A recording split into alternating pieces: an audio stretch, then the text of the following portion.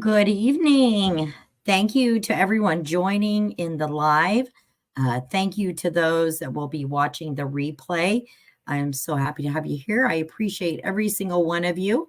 I'm sorry about the holdup, but we had a little situation with a granddaughter real quick. So tonight we're going to do something just a little bit different.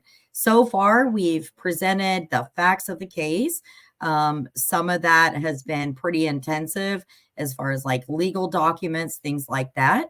So tonight, I just want for you all to have an opportunity to call in or to come up on panel and really just discuss your thoughts and opinions on the case. I'm going to share a little bit of case background, some newer news clips, but otherwise, please call in. I will put the number up on the screen. Your number will not be announced to anybody. Nobody will be able to see that. So I'll put that number up on the screen. Also, I will drop a link in the chat and I will pin that. That is if you want to come up on panel. So basically, just call or come up and chat with us. This is going to be an open discussion, but I absolutely expect it to be civil and respectful. Any kind of talk of SA is completely off the table, as are disparaging remarks against other people, other creators, things like that. But otherwise, I do want everybody to be able to discuss it openly. Like I said, that's something we haven't had a chance to do yet. Hopefully, Tara may be joining us later. I'm not sure, but hopefully some will be more than happy, like I said, to call in or to come on panel. So with that said, again, thank you for joining us. Let me get the call up number real quick, and then I'll pin that link to come on panel in the chat. If you do decide to come up on panel, you'll need to have your YouTube turned off on whatever device you use when you click that link. So if you're on your iPhone and you click the link, make sure you exit out of your YouTube app first, or we'll get a horrible echo. And if we get that, then I'll have to drop you from the panel and then you can come back up. But any sounds in your background will be able to be heard, that kind of thing. You do not have to show your face. You don't have to be on camera. I will ask you to show me your face, and that's behind the scenes. It will be covered up. I just need to see that you're not going to, like moon the chat or anything crazy like that. We don't want any of that nonsense. But after that, you are absolutely welcome to turn your camera off if that's what you choose to do. So real quick, let me just drop this link in the chat. And as well, again, please be respectful with your comments. I do want it to be an open discussion. At the same time, I also want you guys to be able to kind of speak your opinions freely and think about this and talk about it. So let me pin that real quick. Okay, so the StreamYard link is pinned at the top of the chat. Make sure you have, if you're not real used to YouTube, you'll see either right underneath live chat, it'll say top messages or all messages. And if you click the little gear to the right-hand side, you can change that under the chat filter, so you can make it all messages. So I would turn it on all messages. Otherwise, you're not going to see a lot of them that show up in the chat feed. So with that said, again, thank you for being here. To the mods, I appreciate you so much. They have all worked hard. Let me get the live call thing up.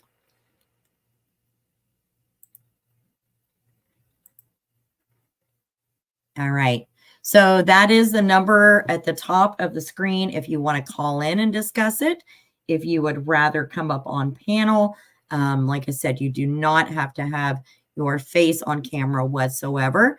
But if you'd like to do that, just hit the link that is pinned in your comments. So until we have somebody that would like to do that, we're going to start off with a video that I think is super, super important. I want to start it at the beginning of this so that anybody watching the replay hopefully is going to see this right away. I just feel like it's super important for all of us. So give me just a moment and I'll get that one up. And while that plays, I am going to mute myself.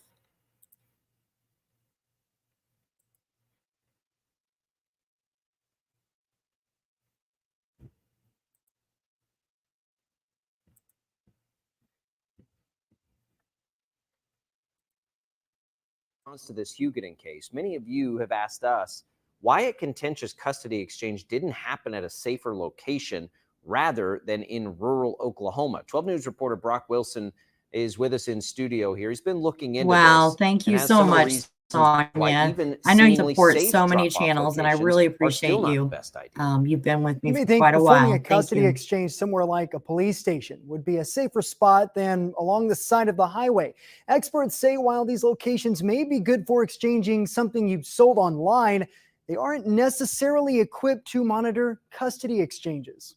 There are many, many situations where when relationships dissolve, where there's divorce, that couples can exchange children safely. Joe Nullett is the executive director of the Supervised Visitation Network, which is an association of providers of supervised visitation and exchange services. He says situations like what happened in Texas County, Oklahoma, can be avoided. There are warning signals and situations and relationships where people should not be exchanging their children without supervised visitation. But Veronica Butler was accompanied by a court-approved supervisor. While Joe says that's a good start, there are more ways that exchange could have been done safer. They could have had staggered arrivals, for one.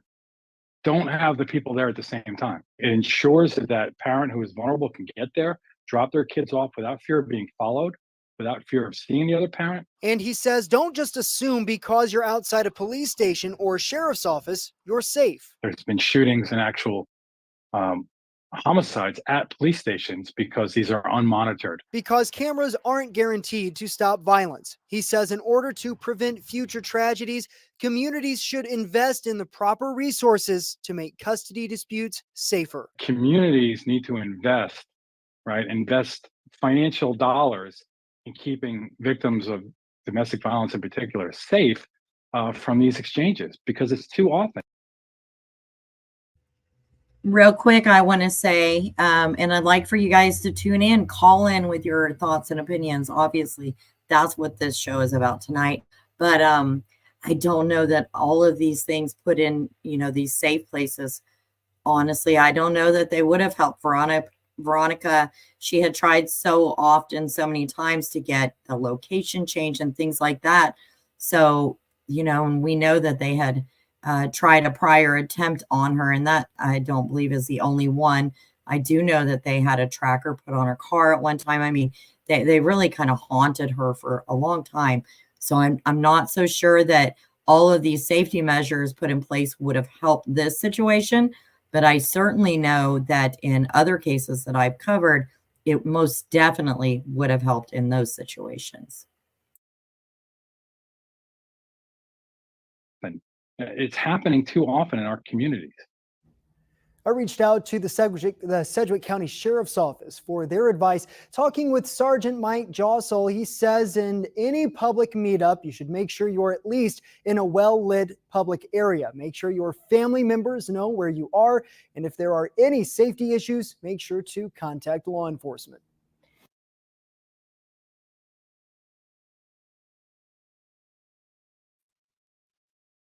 All right. So that was the first thing. And I just kind of wanted to really put that out more as a public message kind of thing. I'm also going to play it again at the end. I just feel so strongly that it's super, super, super important. As I said, I don't know that it would have sadly helped Veronica and Jilian in this case, but I do think it would help in many others. And all right, so calling. So give me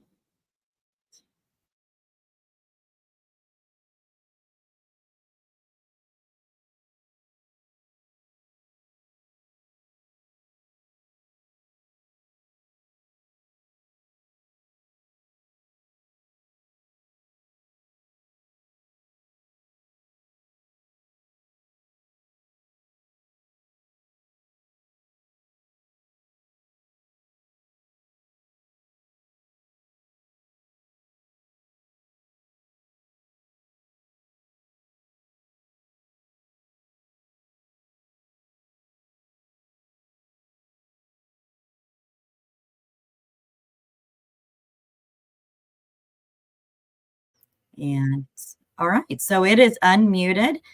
Caller, if you could say something just and give it just a second so we make sure the chat can hear you as well.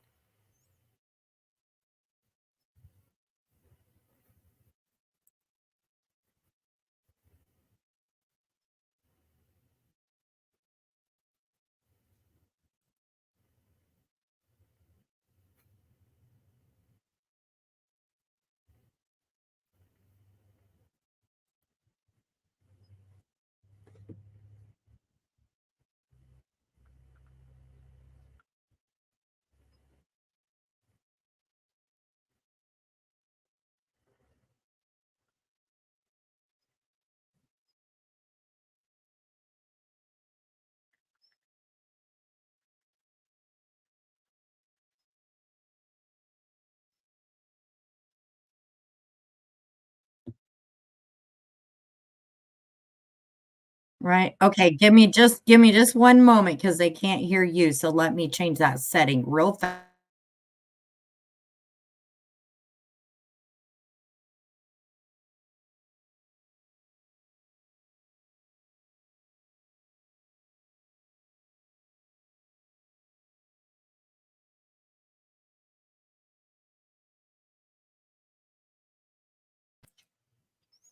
All right. Hopefully I changed the settings correctly. It's my first time doing the call in, so I hope so.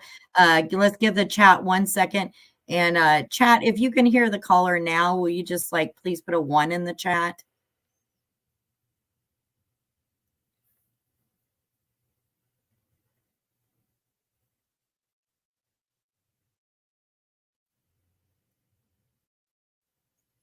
Give it just a second. Let's see if they can hear you or not. Give it just a second. Let's see if they can hear you. Chat, if you can hear the caller now, will you just like please put a 1 in the chat?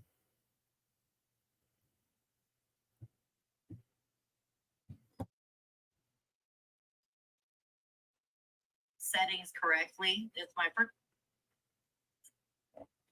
All right, we will get this figured out. So just a moment.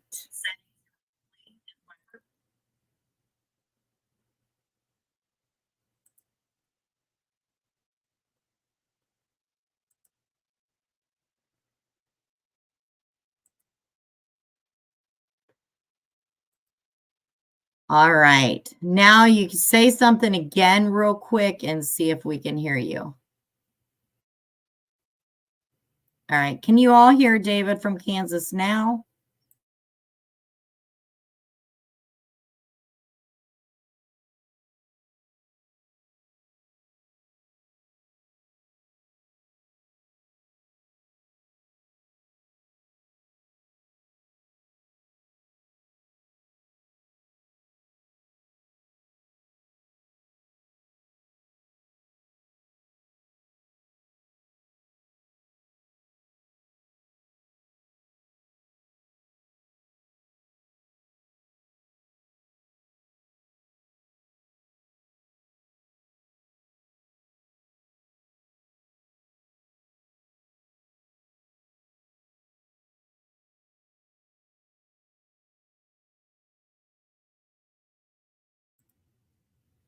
All right, so I'm not sure that they can hear you now.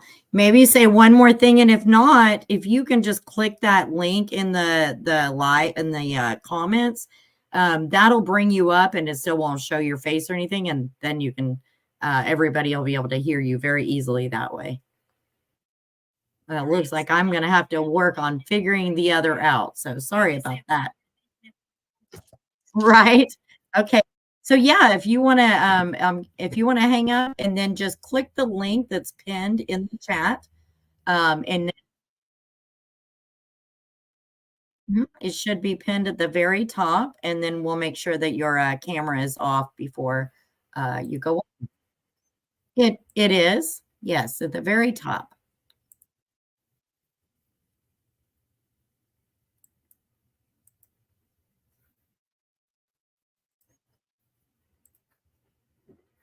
Yes. All right. So once you've clicked it, it's going to show that I have somebody in the back, and I'll see that as soon as it, okay.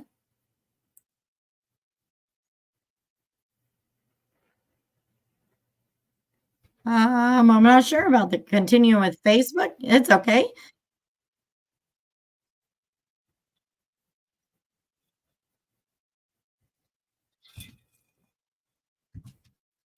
Yeah, yeah. Go to continue with YouTube. Yes. Right. CB Slinger. I'm a newbie here. A newbie on live calls. I'm I'm sure somebody will figure it out and help me eventually. But yeah, so you all can't hear him. He's going to drop down out of the call, and then he's going to come up on the panel. And we're not going to show face or anything, but he's going to come up on the panel. So as soon as I see that you've gone in the back chat, I'll bring you up.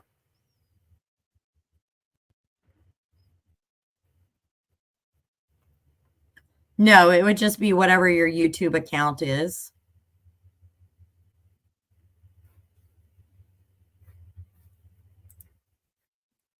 Patty, I feel the same as you.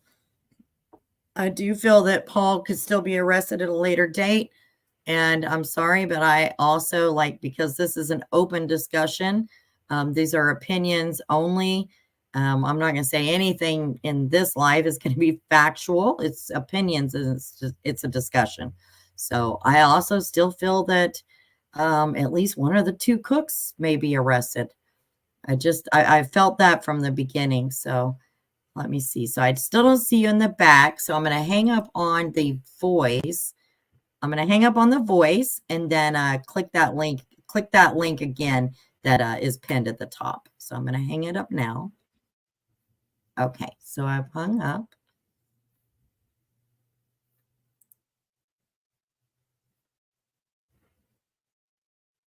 CB Slinger, you think what was an inability?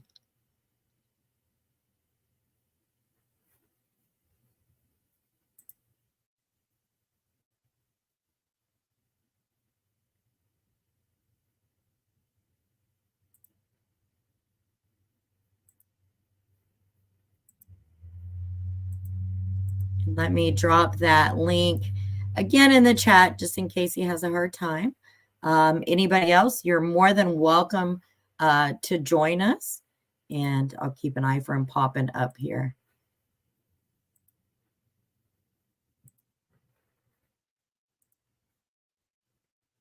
So while we're waiting on that, the next thing I was going to go over, somebody in our Facebook group was so kind to create this timeline. And I was just gonna go through the timeline real quick with everybody. So on May 5th, 2021, Veronica was awarded full custody of her children, and Wrangler was to receive standard visitation. Then on December 7th of 2022, the court awarded Wrangler full custody, with Veronica having supervised visitation. This followed an appeal that was filed by Wrangler in August of 2022. Then on February 24th, witness statements and arrest affidavits show that an attempt was made to murder Veronica at her home in Hugoton, Kansas in February of 2024. In attendance at this attempt were Adams, Cullum, Cole, and Cora Twombly, and Grice. Evidence shows Tiffany Adams purchasing 3 prepaid cell phones on February 13th, which did later ping off cell phone towers at the scene of the crime on March 30th. In mid to late February, Adams made threats to the judge presiding over the case in Cimarron County, resulting in the judge being placed in police protection. And last I knew, she still was. And unfortunately, I don't think he hasn't been able to get the link. March 13th, after Tiffany Adams has stepped in as an intervener in the case, she is found to have been illegally withholding the children from their parents. Her attorneys file a motion to withdraw as her counsel on this date. So, remember, I've told you she wasn't just keeping them from Veronica. She had also been keeping them from Wrangler for quite some time, a good year. March 18th of this year, a motion was filed for Veronica to receive extended visitation with her children. Her attorney stated that it was likely it would be awarded to her, and I firmly believe that as well. On March 22nd, 2023, Wrangler was admitted, that's 24. Wrangler was admitted to a court-ordered rehab facility following jail time from a domestic violence charge against his current wife. The charges were dropped. March 23rd, Tiffany Adams purchases 5 stun guns. Then on March 29th, Adams leaves the children with Barrett and Lacey Cook overnight. Cora Twombly tells her 16-year-old daughter that they would not be home in the morning and that they would be on a quote-unquote mission. Colum does quote-unquote dirt work with a skid steer below a dam on property he leases from Jamie Beasley in rural Texas County. March 30th at 9 a.m., this is the day of the crimes. Butler had told family she is to pick up her children at 10 a.m. from Adams. Butler receives a call from Adams at 9 a.m. It's unknown what was said on this call, but it's known that Butler was already picking up Kelley for supervised visitation before heading to Four Corners, Oklahoma to pick up her children. At 9:40 a.m., Butler and Kelley's phones last ping off a tower at Highway 95 and Road L in Texas County, Oklahoma, approximately 5 miles north of Four Corners. Burner phones purchased by Adams also ping off this tower around the same time. And those of you that have watched our lives, I've told you there is a cell tower, it's right there, right off of that dirt road on the highway. April 1st, OSBI searched Adams' phones and found searches for taser pain level, gun shops, prepaid cell phones, and how to get someone out of their house. On April 3rd, OSBI interviews Cora's 16-year-old daughter, and I think somebody did just pop up in the back. Okay, so I'll bring you up in just a moment. I'm almost finished with this. So at 10:16 to 10:35 in the morning on the 30th, the burner phones did ping off the towers below a dam on property that Colum leases from Beasley, where it was later discovered that a hole had been dug, filled in, and covered with hay. By noon on the 30th, Adam picks the children up from the cook's residence before noon. Twombly's return home to their daughter.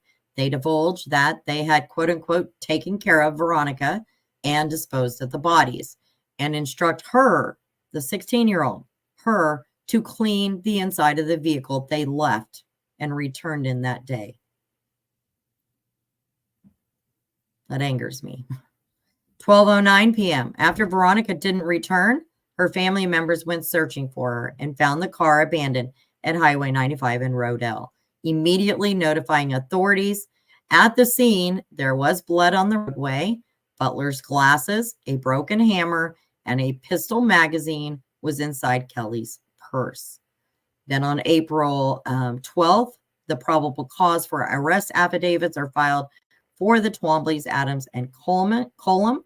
On April 13th, Cole and Cora Twombly, Adams, and Colum are arrested on conspiracy to commit murder in the first degree, 2 counts of murder in the first degree, and 2 counts of kidnapping.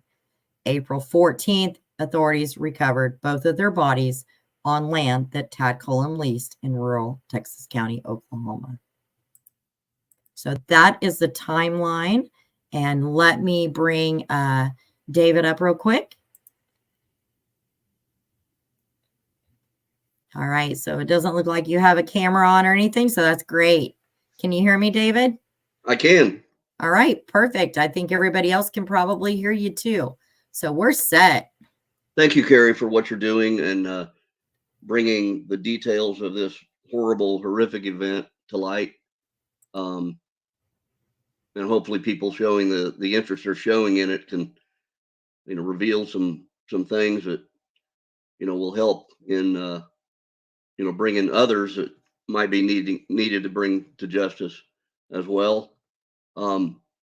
What has been tickling in my mind is, I don't have a lot of detail about it, but as Veronica's it's either her brother or half brother, and the allegation of abuse of the two daughters, and the evil people that perpetrated this, and which is probably not just these four, but I can see where Granny, if I'm in her shoes, being a grandmother of these two little girls, and the allegation of, the sexual abuse perpetrated by the brother on Veronica's side of the family. And then from another source, I heard that there had been allegations against, which I do not have a name, I apologize, his name, perpetrated against his own half brother.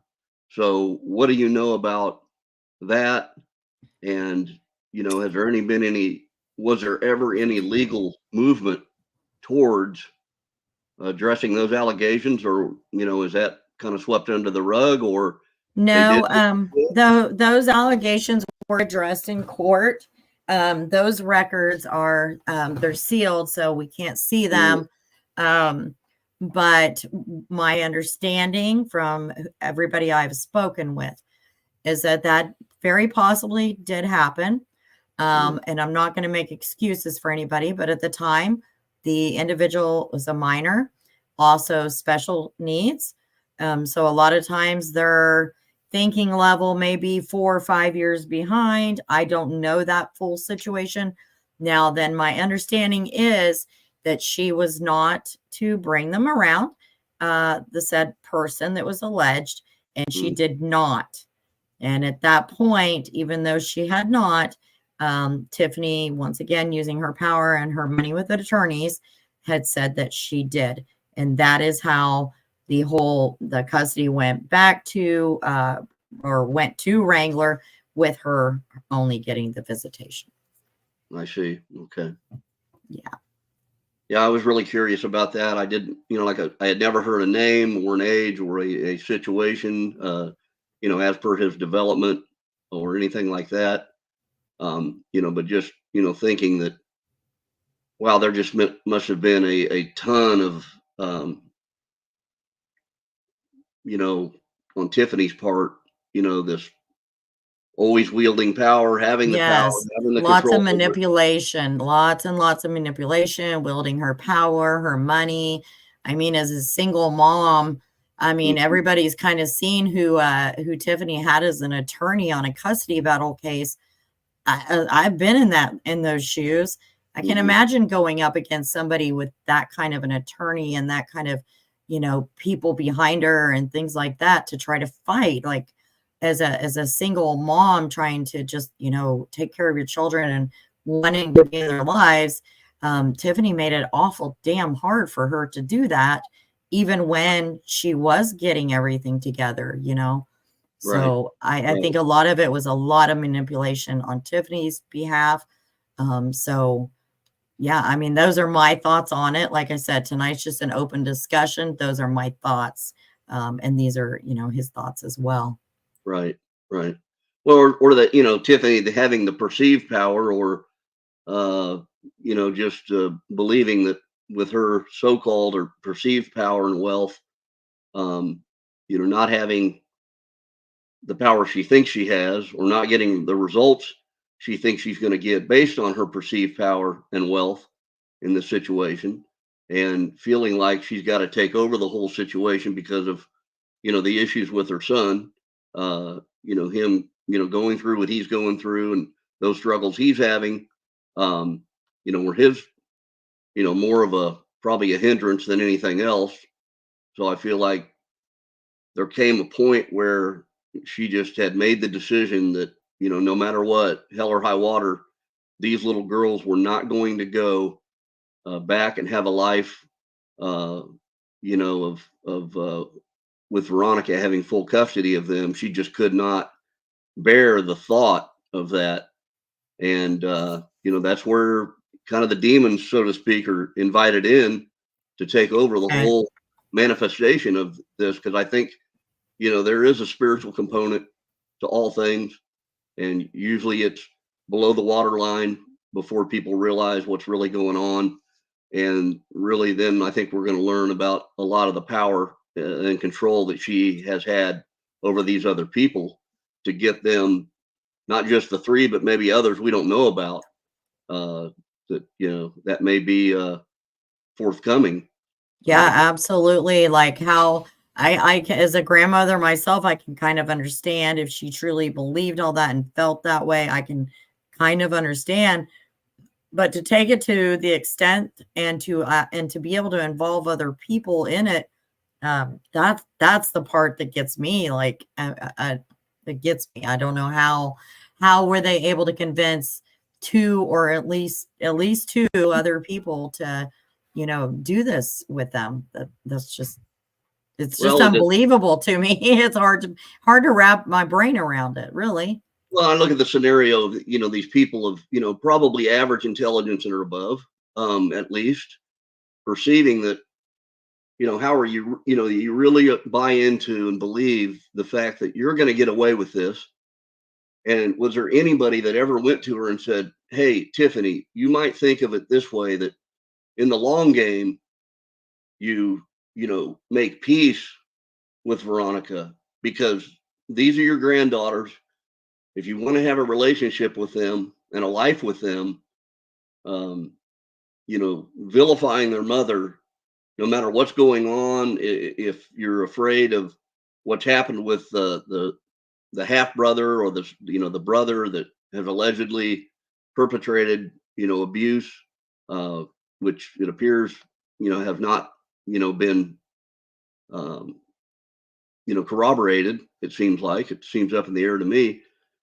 That nobody would have gone to her and got to her and say, "Look, it's better to play the long game and have a relationship with her so you can have a relationship with your granddaughters." Because if you do something like this, the odds of you getting away with it is slim to none. And when these little girls aren't little anymore, and if you don't get the chair or the gallows, how are you going to live with the fact knowing that your granddaughters are going to grow up and learn what you did to their mother, and they're going to go from loving you as their grandmother to, hating your guts?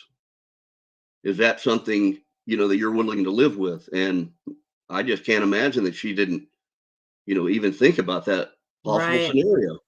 Yeah, and people are pointing out, so Veronica has a son and a daughter. And then yes, it is in the court documents that Wrangler admitted that his mom may have been coaching the kids about Mm. that essay and forcing him to lie as well. And Okay. if he didn't lie, and we have it that she'd take a pew pew to him in the head. So, and that's kind of what I've gathered by many people that know them, people in their family. She really yielded a lot of power and money over their heads. And I just think it was all a control thing. I truly do. I don't understand why somebody would need so much control. Usually, you want, um, both parents to have some kind of involvement, even if they're not the best of parents. There's ways Right. about it, but she just, took the law into her own hands multiple times long before all this. I mean, she'd been harassing Veronica for years and years. They've harassed Wrangler. They've harassed Wrangler's new wife. They've harassed Mhm. previous people that he was with. I mean, the stories I've heard about Tiffany is they're pretty horrific, and she's just Wow. a no good kind of person. And um, I don't know. I think that a whole lot of it goes with those beliefs that they have that we shared last night, about religion, about education, about the laws, things Right. like that. And that's how she wanted them raised. I know her and Veronica or Wrangler, even possible, might have been Wrangler, had kind of argued over what school the children would attend. Veronica wanted them to attend Yarsboro. They were currently attending a private, it's like a private Christian school, but it's more of a co-op homeschool kind of Mhm. thing. And Right. that's what they had been attending. But Tiffany and Cora, they all totally planned on starting their own school out there by the Plainview school area Mhm. this following school year because the Christian school they were in wasn't quite religious enough for them. Mm. So I think that it shows the extent of, how deep into this thought process, whatever you call it. I don't know what you even call it. Like I said last night, it's really only about 4 families out there right now that are doing this. But I'm not afraid to say my concern is if others have been able to other that were seemingly very good people at one time. I've heard a lot of good stories about Cora and Cole. I truly have. How did they get into this? How did the cooks get wrapped up into this? Those questions. Yeah, Those there's a are lot to it. mhm. There's a lot to it, and unfortunately, how once again religion or religiosity gets a bad rap for the evils, perpetrated by people that have that spirit of or desire of control, and they don't get what they want when they want it. They don't get it the way they want, and then it seems like the psychopathy takes root, and it's just gets worse and worse. And I do remember, I don't know if it was your show or another, talked about the question of why in these pickups and meetups didn't they, with a history of this volatility, not, it's easy to, Monday morning quarterback a lot of this stuff, but, uh, meet at the police station or meet at the sheriff's office or, have law enforcement that, would probably yield the time to, you know, kind of supervise a meetup, these pickups and drop offs of the kids. So it's something I was thinking about. Definitely. And the area that they were going to meet at, I have. Let me pull that up. I actually have video that I took. Okay, hold on. So I have video of the area where the court had ordered them to meet. And I Hmm. feel, and when I was there, I felt like that is fairly for that area, a pretty good meeting spot. It's right on the highway. There's plenty of traffic. I think it'd be kind of hard to get away with anything at that point. But unfortunately, they trapped them before they ever even made it there. And real quick, just let me show you guys. It's a very, very brief video, but let me show you this video that I took there at Four Corners. And this is where they were actually supposed to meet. So give me just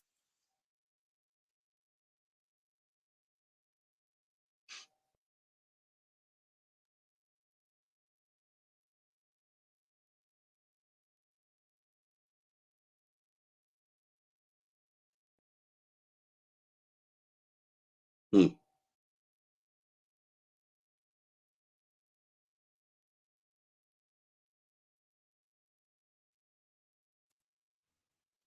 well, if I can get it over to where it's okay, there we go.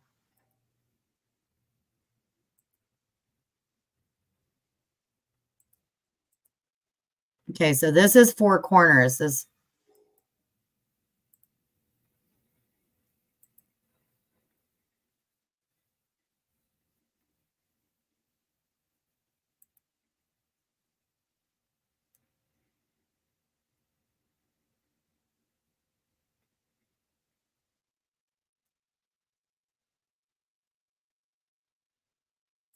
Depending on the time of day, it still looks pretty remote.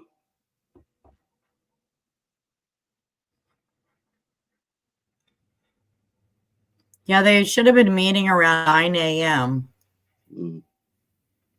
on a Saturday morning.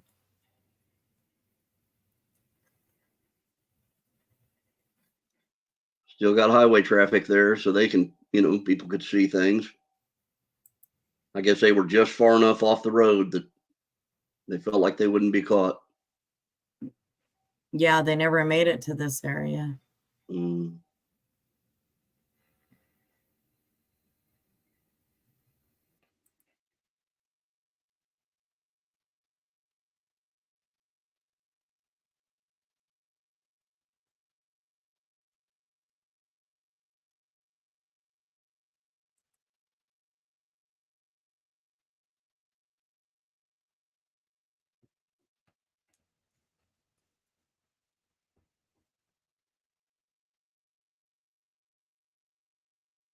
Looks like a scene from Now day it certainly does. Armageddon, the day after an Armageddon movie, right? Right. Now it does. I mean, after the fact, you look back and you're like, oh my goodness. Imagine that at the wee hours. Right. So I think somebody asked, why would I think that's safe? I think because I'm just a small town Oklahoma girl myself, and it is on a highway. The other main road leads into Elkhart, so there's traffic coming that way, and that is the way they would have been coming from where their car was found. So this area, no, it would not have scared me.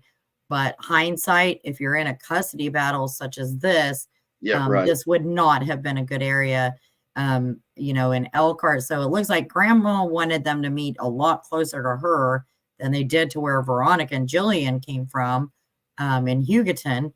But yeah, hindsight, no, I wouldn't have met here. And that's why I played that video at the beginning. If you're in any kind of custody battle situation whatsoever, you're just gonna have to, we've got to change our way of our way of doing things. It's not always safe anymore. That's sad. Right. It's very sad. So yeah, somebody said it's not a hellhole place. I think it's a nice, peaceful area that unfortunately had evil in it. Roseanne, that's exactly how I felt too. Exactly. I was trying to think of, like, in my hometown, where would we meet? I know that we just got our first camera installed like a few months ago. There wouldn't have been, the closest place would have been a sheriff's department 20 minutes away. And law enforcement, for some reason, and I'm not sure why, I've kind of heard varying reasons, but for some reason they don't want them meeting up at the police stations. Well, I don't think that it's necessarily police or law enforcement needs to supervise the meetup, but it's the fact that they all have cameras outside. So something's going to happen. I mean, you at least have that much of video footage, where in this instance, this case, there's no cameras really anywhere. There's one in Elkhart at a gas station. But really, other than that, there's where else would they have met? The sheriff would have been in Guyman, I believe. That would have been quite a drive. So I just don't, it's a hard situation. But yeah, Veronica was trying to get the court to change the exchange location. She wanted that changed to Elkhart, which I feel would have been a safe bet for her. Yeah, the court did order this designated spot. Yep, they never got to the meeting spot before being ambushed. And nobody perceived that, the evil that lurked in the hearts of the perpetrators, that was even on the radar at all. So, like the lady, about it being a peaceful place, you bet, give me country anytime over big giant metropolises, some of which I've lived in. Right. I grew up in Western Kansas, but I've lived in Los Angeles and I've lived in New York, and we'll never return to either one. So, oh gosh, yeah, from small town Oklahoma to Phoenix, Arizona, I've been there. Yeah, I'm not talking about the states. I'm talking about Los Angeles, the city, and New York, the city.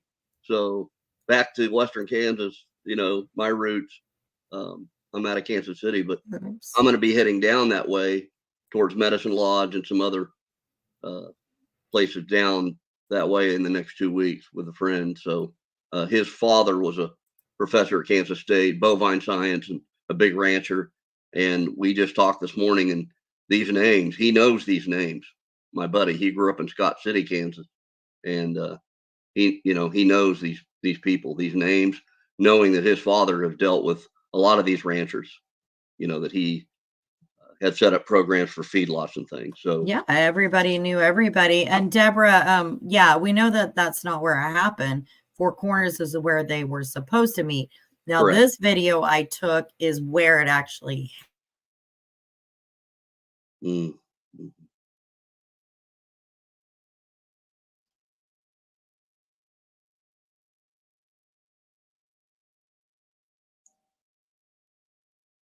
okay.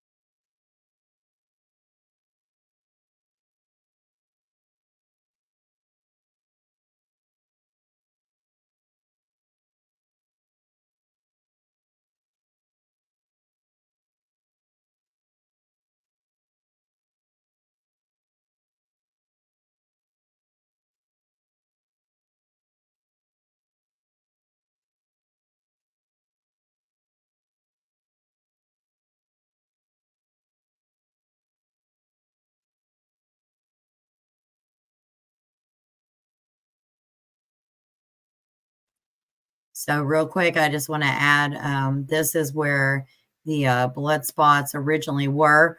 That is covered in what most people call cat litter. That's covered in cat litter. My understanding is that that cat litter was also found inside of the car. And Teresa says, I want to live in a rural area, but this crime spooked me. An entire group did this. Well, rural areas, especially Oklahoma, I think you're going to find the kindest people you'll ever meet. And Yeah. an entire group didn't do this. An entire group didn't. We tried to kind of clarify a lot of that last night. Right now, we have 4 people are charged. I still expect a couple more. I very well could be wrong. And if I'm wrong, then, I'm sorry. But I do expect a couple more in some way that has some kind of connection. But it's really just these 4 families that are this Misfits group. So it's not a huge like reservation compound. It's nothing like that. Other people have gone to their meetings. They didn't realize, so like the meetings would be like normal, what you would expect.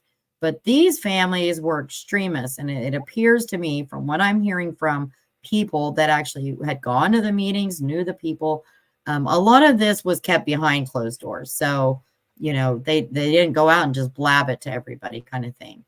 So I really believe at this point, it is 4 families that are involved in the Misfits. It is not an entire community or anything like that.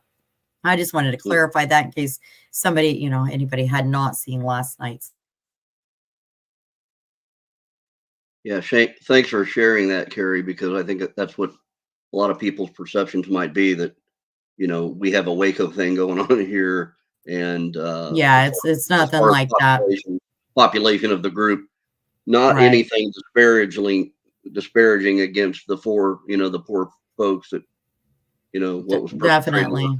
in Waco for sure. But I'm just, saying that I think that's what people initially, in their Yeah. mind, their initial perception is, yes, everything's got to start small and it grows large, and maybe it would have at one point, but with something like this, I can't imagine they're going to have any future members joining after, this kind of. Right.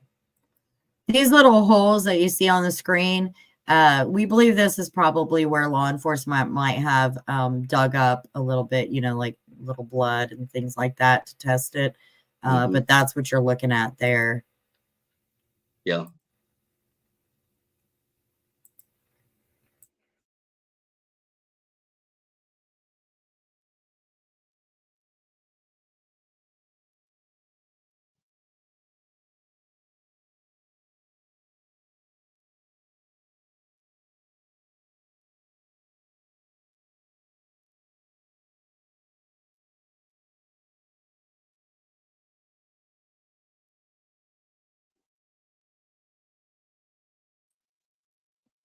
And so that's about it. This road you're seeing right here is the road, the dirt road that leads right up to the highway.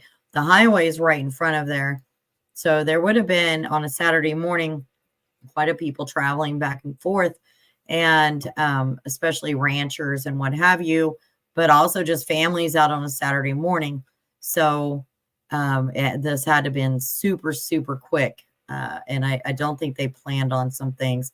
And maybe that's why Cora told her daughter that things didn't go quite as planned. And Sarah says, I'm a lonely old woman. Maybe I wouldn't be so invisible if I lived in a small town. Well, there's good and bad that comes. Everybody will know you in a small town. That's for sure. That's not always a good thing. But everybody knows you and everybody knows everything about you. On the other hand, the very close-knit type of communities. So it depends on if a small town accepts you or not. Yeah, I mean, I don't Sometimes that know. takes a while. It does. You tend to have to kind of prove yourself a little bit. But that's okay. They're just, very protective of their communities. That's why I've tried so hard to kind of stand up for the community out there, because I got to see firsthand, what kind of people they are. And they're just absolutely, just truly amazing. So this is another amazing person in our group. Made these maps, and let me tell you, I'm so thankful, because I couldn't have, I don't think I could have done this, But so this is just an overview of it. And so you can see Tiffany Adams' house over there on the left. And you can see the route she would have had to take to get to where the cars were. So here on the right is Four Corners, but they stopped Veronica up here on the top right. Jamie Beasley's property and where the bodies were found. You can see where that is, kind of halfway in between. And then Tad Cullum, obviously, that's Tiffany Adams' boyfriend. That's his house. That's the location to the properties where the bodies were found. Cole and Cora Twombly's house is down here. And that is actually called Griggs, Oklahoma. I believe it's an unincorporated area. So pretty much kind of whatever goes, I think. And here's another one that she did, just showing where, again, Tad Cullum's residence in, Jamie Beasley's land where they found them. My understanding of those dams, the dam did not have water in it. So when they call it a dam, it maybe had been at one time. My understanding is it doesn't have any water or anything like that in it.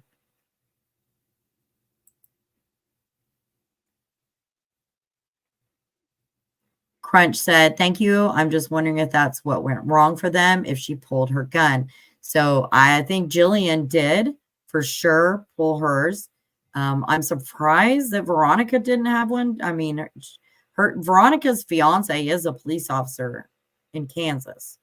So I'm surprised that she also wasn't carrying. Carrying in Oklahoma is pretty normal, I'd say. I mean, it probably seems weird for somebody from New York or California to think that carrying is normal, but I'd say a big majority of people, at least in Oklahoma, do. And I would have thought that that Veronica would be as well. But what I have heard of Veronica, she would have absolutely fought with everything she had in her. So no doubt they both put up a fight, I think, and that's where things got a little bit hairy, that they weren't quite counting on these women being able to fight back like that.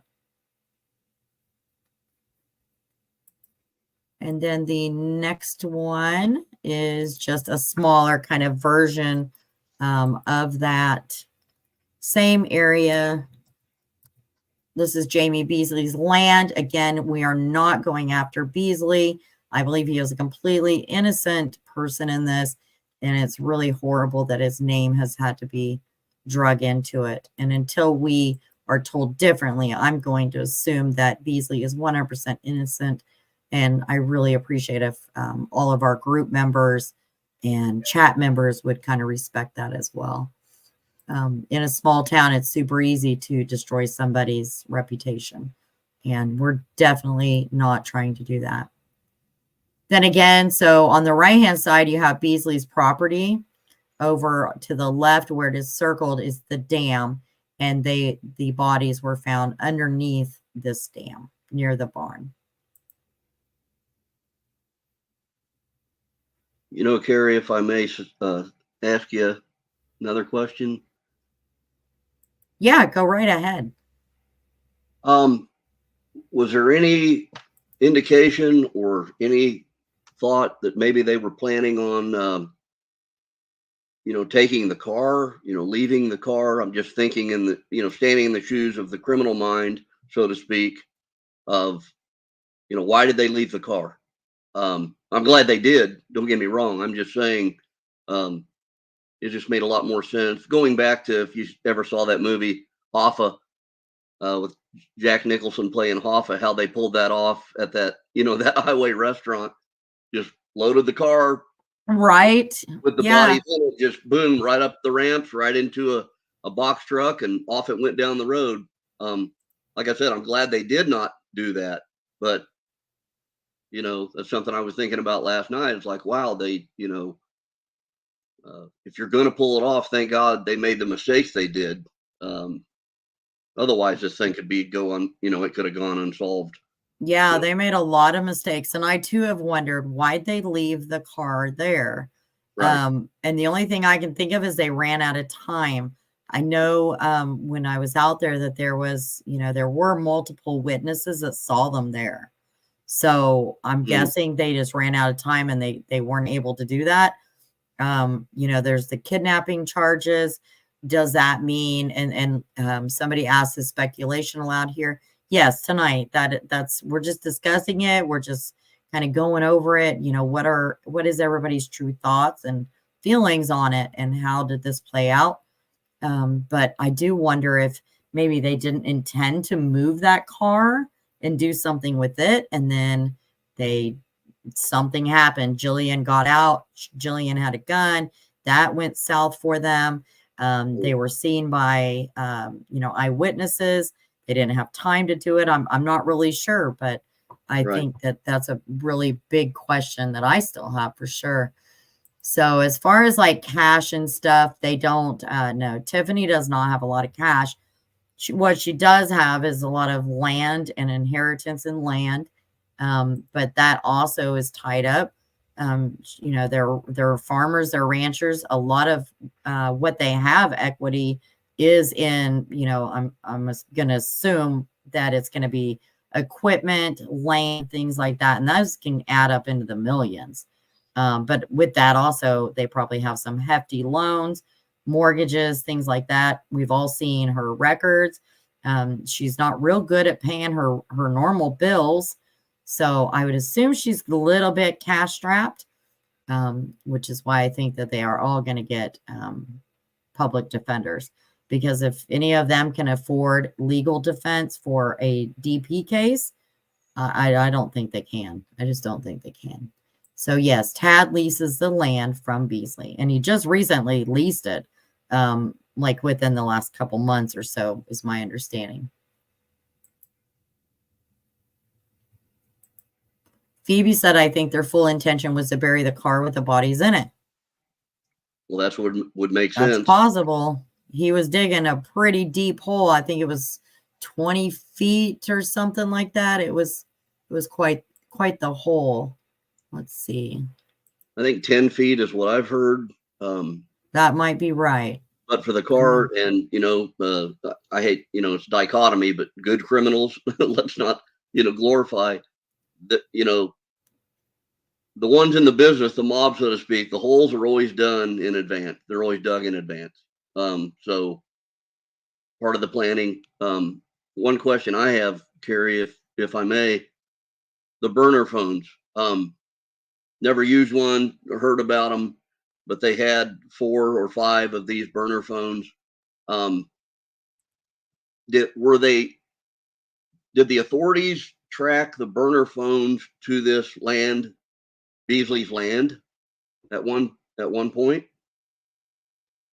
Well, so let me see what this says here. So I do have a little bit of information on the burner phones. I know they pinged, but the original way that they discovered the burner phones, kind of funny story, actually. Funny, not funny, but it's only funny because it's Tiffany. So 10 feet deep. Okay, so he had dug a 10 feet deep hole, so you're right. So what happened is Tiffany had bought these burner phones from Walmart. No big deal, right? And well, the morning that this all happened, her one phone happened to get broken. So dropped it, whatever, it got crushed, whatever happened. So Tiffany takes this phone to a phone place in Guyman, Oklahoma, and asks if they can fix it. And the guy's like, well, you know, yeah, I can fix it. And he's like, you know, come back and get it later on, whatever. Well, he got to looking at it. Then he heard this case. And, you know, he called law enforcement. He's like, I don't know what's up with this. Tiffany actually got arrested at that cell phone place in Guyman. So she's the one that the dummy took her own burner phone in to have it fixed. And I believe that's how law enforcement discovered the fact that they had burner phones. Then they were able to go to Walmart, get the footage from that, the receipts that she had purchased those. And then they were able to, you know, obviously locate those pings. I think that that's probably how that played out. But she was arrested at the cell phone store. I may be wrong, but I think the term burner phones is indicative of when you're done with them for a crime or something, you're supposed to burn them. or Like something. you're I know you're supposed to get rid of them. You don't keep them. Right. Yeah, they're like prepaid cell phones. They're really Right. cheap. And I've covered other cases where after they have used their burner phones in committing a crime, then they will go to, say, a Walmart. A lot of Walmarts have like ATM machines for cell phones. You know what I'm saying? And you drop your Right. cell phone in, it'll spit you back 10 or 20 bucks for your $900 iPhone with crack. So that's what most of them do, and they've been caught in other cases by doing just that. I don't know the stupidity of somebody that thought she was so amazingly brilliant is kind of Well, they ping, right? ironic. So they ping just like her, Verizon, Samsung phone or something. They ping, and I don't think a lot of people realize that there's an invisible electronic net cast over, and they can even go back retroactively. This is what's interesting. If anybody had seen that documentary called 2000 Mules, having to do with the election, at the drop boxes and stuff, they can go back retroactively, and they can place, even retroactively, what cell phones were where at what time. They can literally set up a grid, like a net, over an area and canvas an area. It can be a whole zip code, whatever they want to do, by satellite. If it pings, which these burner phones ping, then they can go backwards and say, okay, on such and such a date, you know, what was in that area. And they can literally recover the numbers, even if they're burner phones. Yeah, and the even dumber part of all this, like I said, I was right there where the car was found. There is literally a cell phone tower right there on that highway, Right. across a dirt road from where the car was found. There's a field, and right in front of that field at the highway is a cell tower. I mean, they couldn't have gotten any close to a cell tower if they tried. It's mind blowing. They thought they were these brilliant people, and Yeah, I don't know. I'm glad that they made all these mistakes. I'm really glad, but Yeah, it's just ironic as well. And I did just drop the StreamYard link if anybody else wants to come up and chat about this. How do we think Tiffany will be you treated? cut me loose anytime you want, Carrie. Oh no, you're fine. You're fine. Just in case somebody else wants to talk too. How do I think Tiffany will be treated in jail? My guess is right now she's not in general. None of them would be in general population. For one, they don't want, they want to keep guard of them very closely so that nobody hurts themselves, because we need them available for trial. And for the second reason, so nobody else hurts them, because we need them available for trial. So I'd imagine, at least for the time being, they're probably going to be kind of in secluded population. Yeah, they'll be in solitary. Yeah, I'm pretty sure they would be, especially with crimes like this. And So probably under watch, suicide watch. Right. That's usually how it goes. I'm not sure, but that's usually how it goes. I would assume it will there as well. Yeah. I think if there was one that wanted to off themselves, my money's on Cora. Right. Yep. And sadly, I think that's kind of the consensus, is that Cora very well could be the one that breaks. And, I hope she does. They're not going to get out of this. There's no way out of this. They have way too much information, way too much evidence. But I still think that FBI is going to be monitoring and keeping a very close eye on the others that are involved in the Misfit group. And like I said, that's 4 families that I'm aware of. It's 4 families. I say that because those are the exact same names that came up from day 3 when I was covering this. It has never changed, and it was all came to be correct. And then we've just put, 2 and 2 together, like, Cooks live on Tad's land, and Cook's mailing address is Tiffany's home address, kind of things like that. Paul Grice and the Cooks all filed to denounce their United States citizenship at the same time, last year. I think that Tiffany and Tad didn't do that because it would have looked horrible in court. She gets about 400,000 a year just in USDA subsidies for her land. If she, said she's no longer, she announces her citizenship, I'm not sure she'd keep getting all those subsidies, things like that, serving on a school board, serving on a hospital board. So I think that that's the reason why they haven't, but I think that their ideology is exactly the same as the documents I read of Paul Grice last night. Yeah, as small as this, this group seems to be, the for lack of a better term, the God's Misfits cult, if you will. I guess it's kind of like the judge that was friends with Tad, that just was literally with him when he got arrested, had no idea. The municipal judge, I think I first heard it from you the other day, Harry, that he had no idea. But maybe other people in the group were going to come forward and say, maybe they did hear something that they just didn't put enough weight in, or they didn't, connect dots. Right. It's hard to imagine. I mean, if you have a close friend as close as this, it's hard to imagine that you didn't have any idea of anything. I'm the last one that wants to accuse an innocent person, and I don't want anybody that follows us or in our group to do the same. But I do have that question, and since it's an open discussion, I do have that question regarding the judge, that, the first interview he did with Brian Hinton, he didn't know anything about it. The second interview, and I believe it was the same night, he all of a sudden knew a whole lot about it. I find it strange that he went to coffee 4 mornings a week. I actually found that out. I think it was about 2 days before I left Elkhart.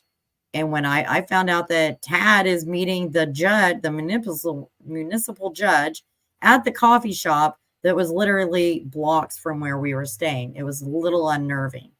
Yeah. So, judges are held to a much higher standard, as well as law enforcement is. And you just don't hang out with people that you knowingly know are anti-government, extremists like this. And it's hard to believe the judge didn't. It's just hard for me. And I don't want to accuse him of anything, obviously. But it's just hard to believe he wasn't aware of something. Let me play this real quick. This is the judge speaking out after he was fired. So, he was fired. Originally, it was said he was dismissed, but I think it was had been decided on before they had their, I believe it was their county commission meeting that evening or something. But let's listen to this real quick. This is about the judge speaking out after he got fired after his interview with Brian Hinton. In the county right now and the adjoining state, we don't want to take any chances. These people need to have their day in court and go from there. The suspects include Tiffany Adams, the mother of Butler's children, her boyfriend Tad Cullum, and 2 others.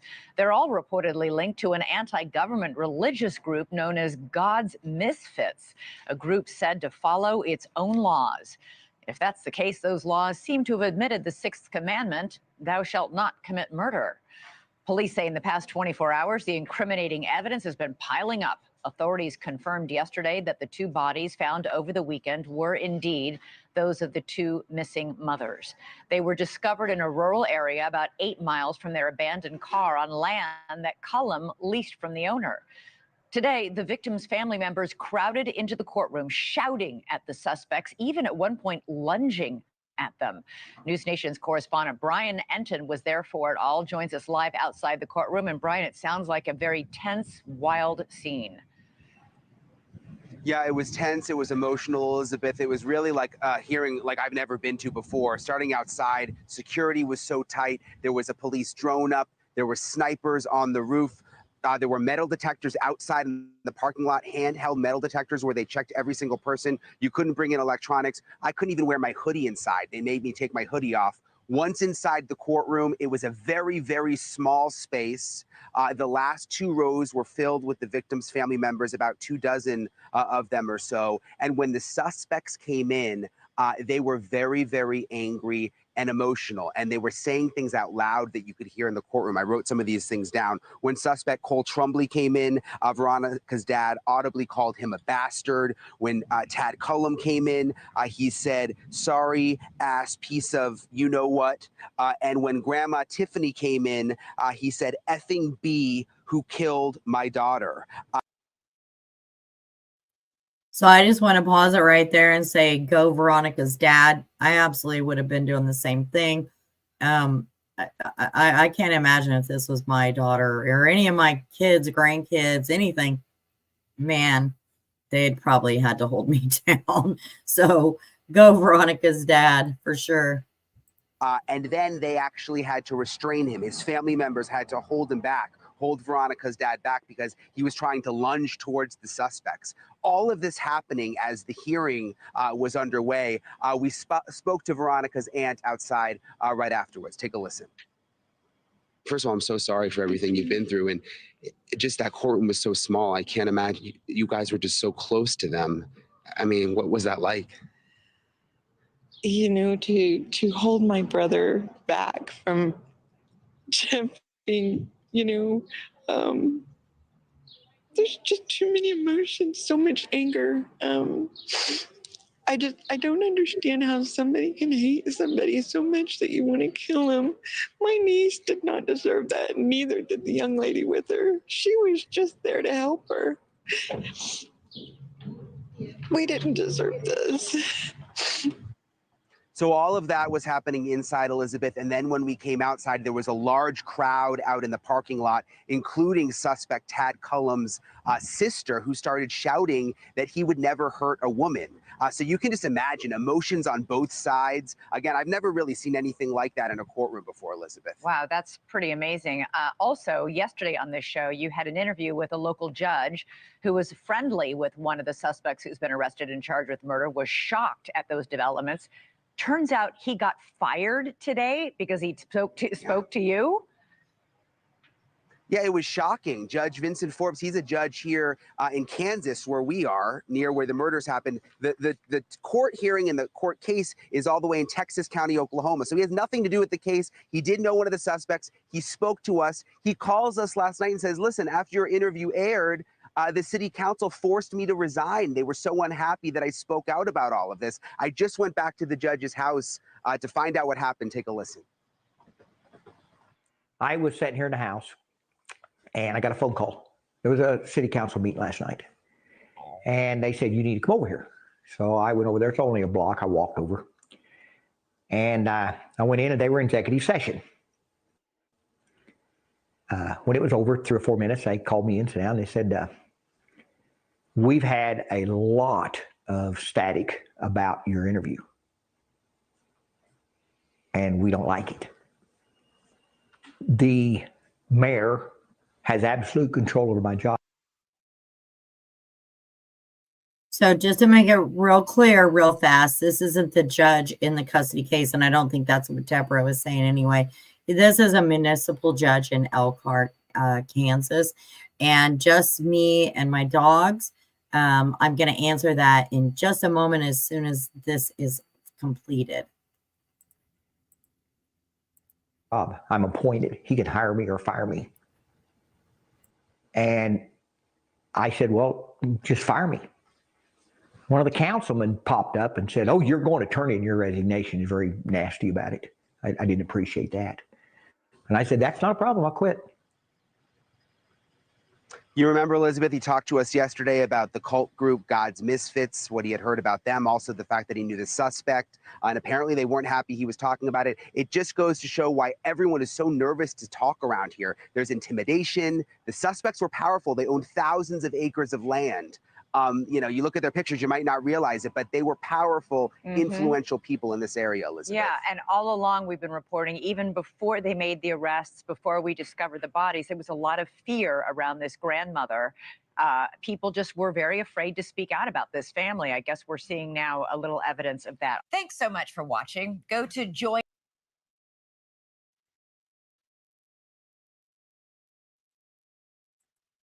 All right, so back to just me and my dog's question.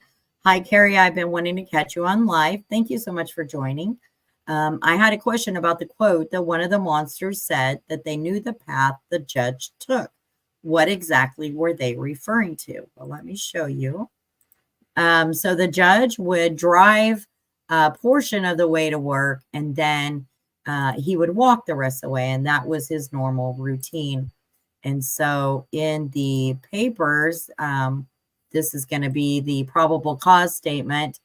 It does say Rickman's grandmother, Debbie Knox Davis, reported that in mid to late February 24, Rickman, which would be Wrangler, told her they didn't have to worry about the custody battle much longer because Adams had it under control, that Adams knew the path the judge walked to work, and quote unquote, we will take out Veronica at drop off. Rickman was confirmed to be in a rehabilitation facility in Oklahoma City at the time of the disappearance. The children remain in the custody of Adams. Rickman denied having told the grandmother that information. But I do know from being there that the judge, the initial judge, the one that initially gave Veronica custody, Wrangler tried to appeal that. The judge again gave Veronica custody. Then they did appeal it to a higher court, and Wrangler got custody at that point. So hopefully that answers your question there.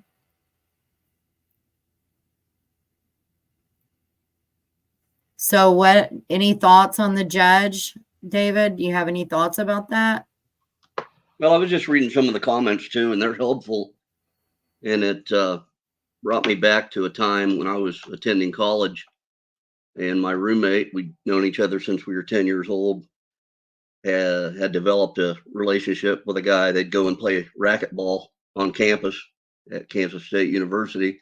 And the gentleman came by several times and would wait for my roommate to get home. And then apparently he had a transportation issue. And several times, I would invite him in. He was sitting on the steps, and I'd invite him in, and his name was Richard. And he'd come in and we'd visit. Then my roommate would get home and change clothes, and they'd go up to the rec center and play racquetball. Well, then I found out about this serial killer named Richard Grissom, and that was him. If you guys remember that case, some of you might know about that. Wow. They have never found the bodies of the young gals that he murdered.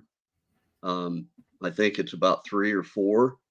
Kind of started in the Kansas City area, Olathe, but he ended up at Kansas State and, took up a friendship with my roommate, my friend, since, we were in grade school.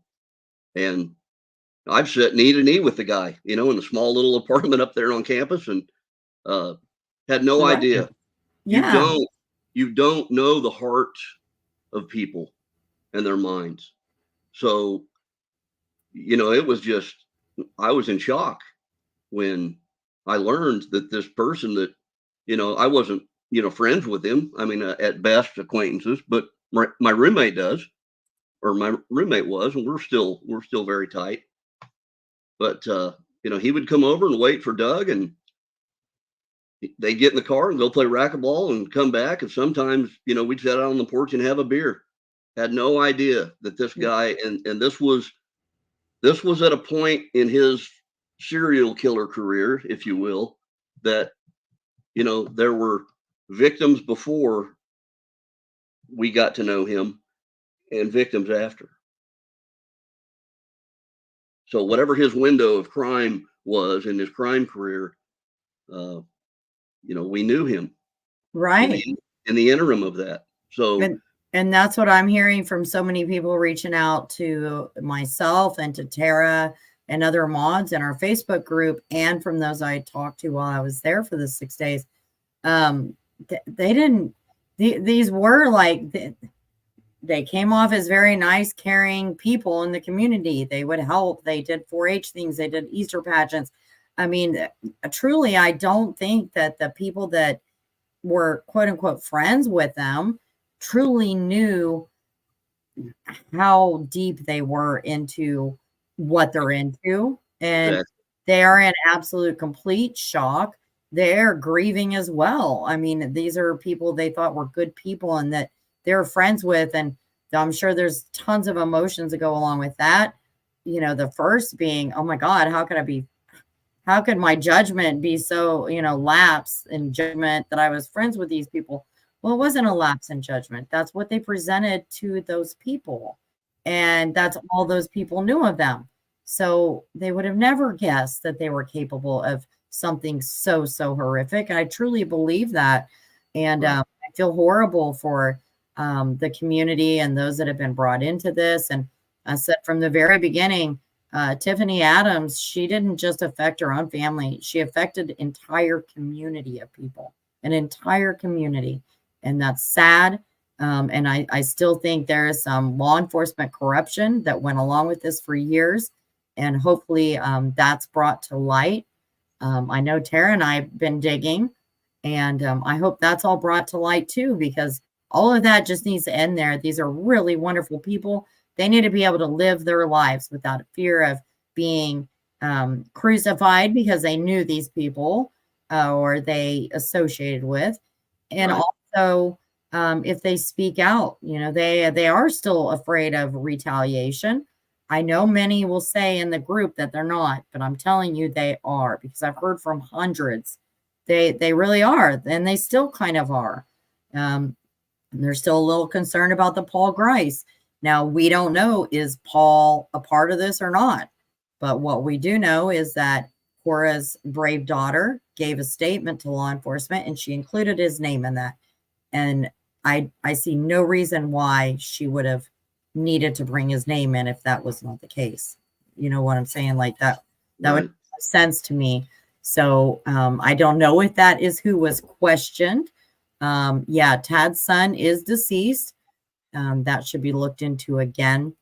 And I believe we're going to do that. Heard carbon monoxide. That's what I heard as well. You just never know. Like Shiftastic said, I can agree with this. People often live double lives, and they really do.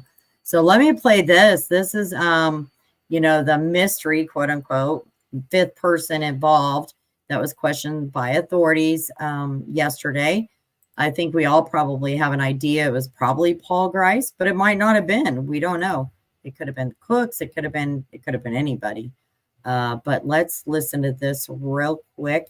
And while we do that, I got to step away for just 1 second. I'll be right back.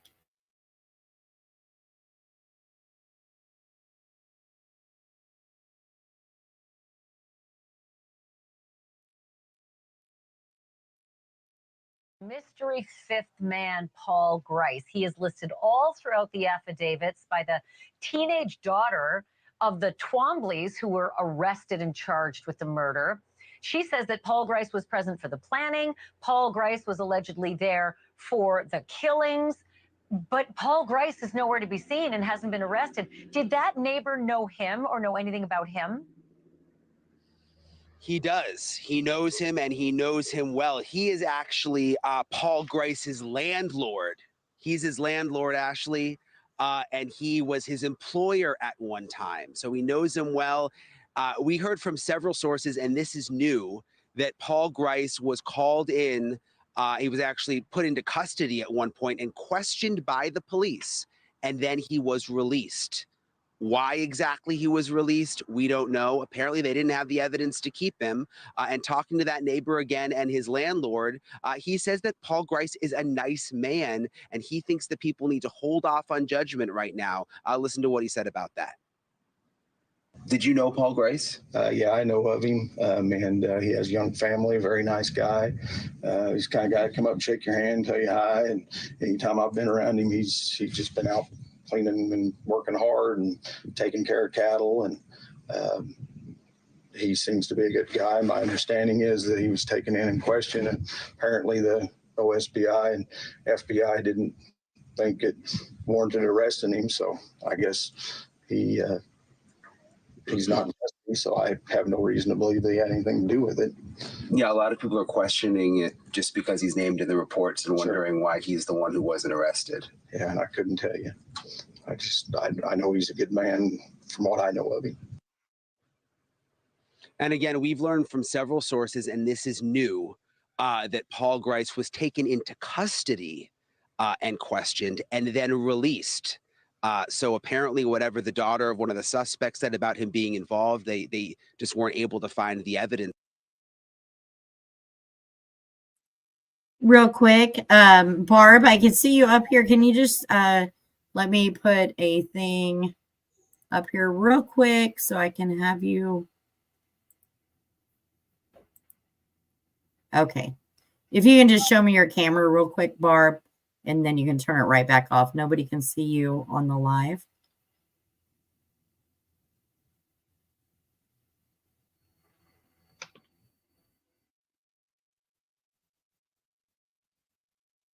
Okay, so Barb clicked out. We just have to be careful on YouTube lives. People tend to do things that aren't so cool sometimes. So we don't want that. So that's the only reason for that. It's not meant to be rude whatsoever.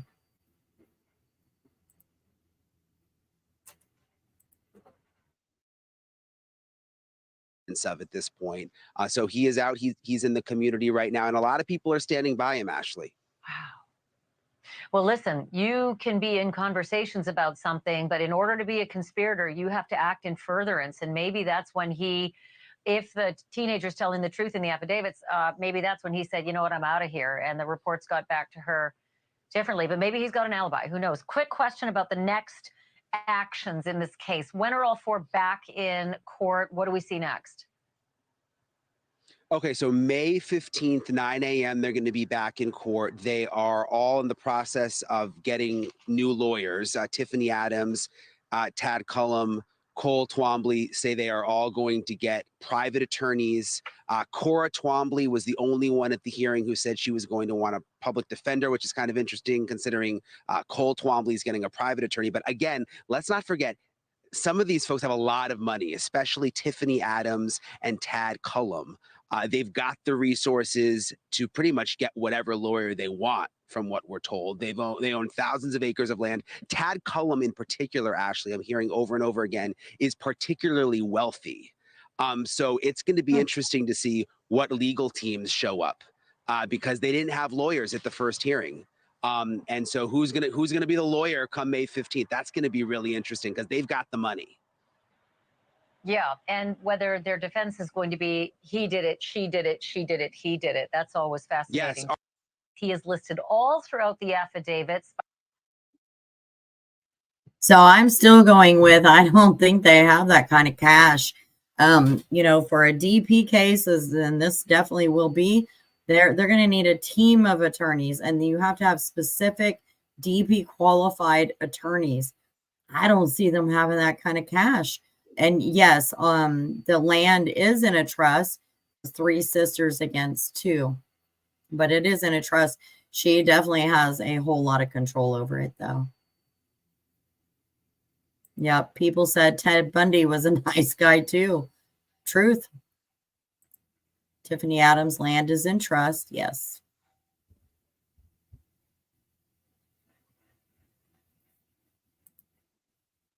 By the teenage daughter of the Twombleys who were arrested and charged with the murder. She says that Paul Grice was present for the planning. Paul Grice was allegedly there for the killings.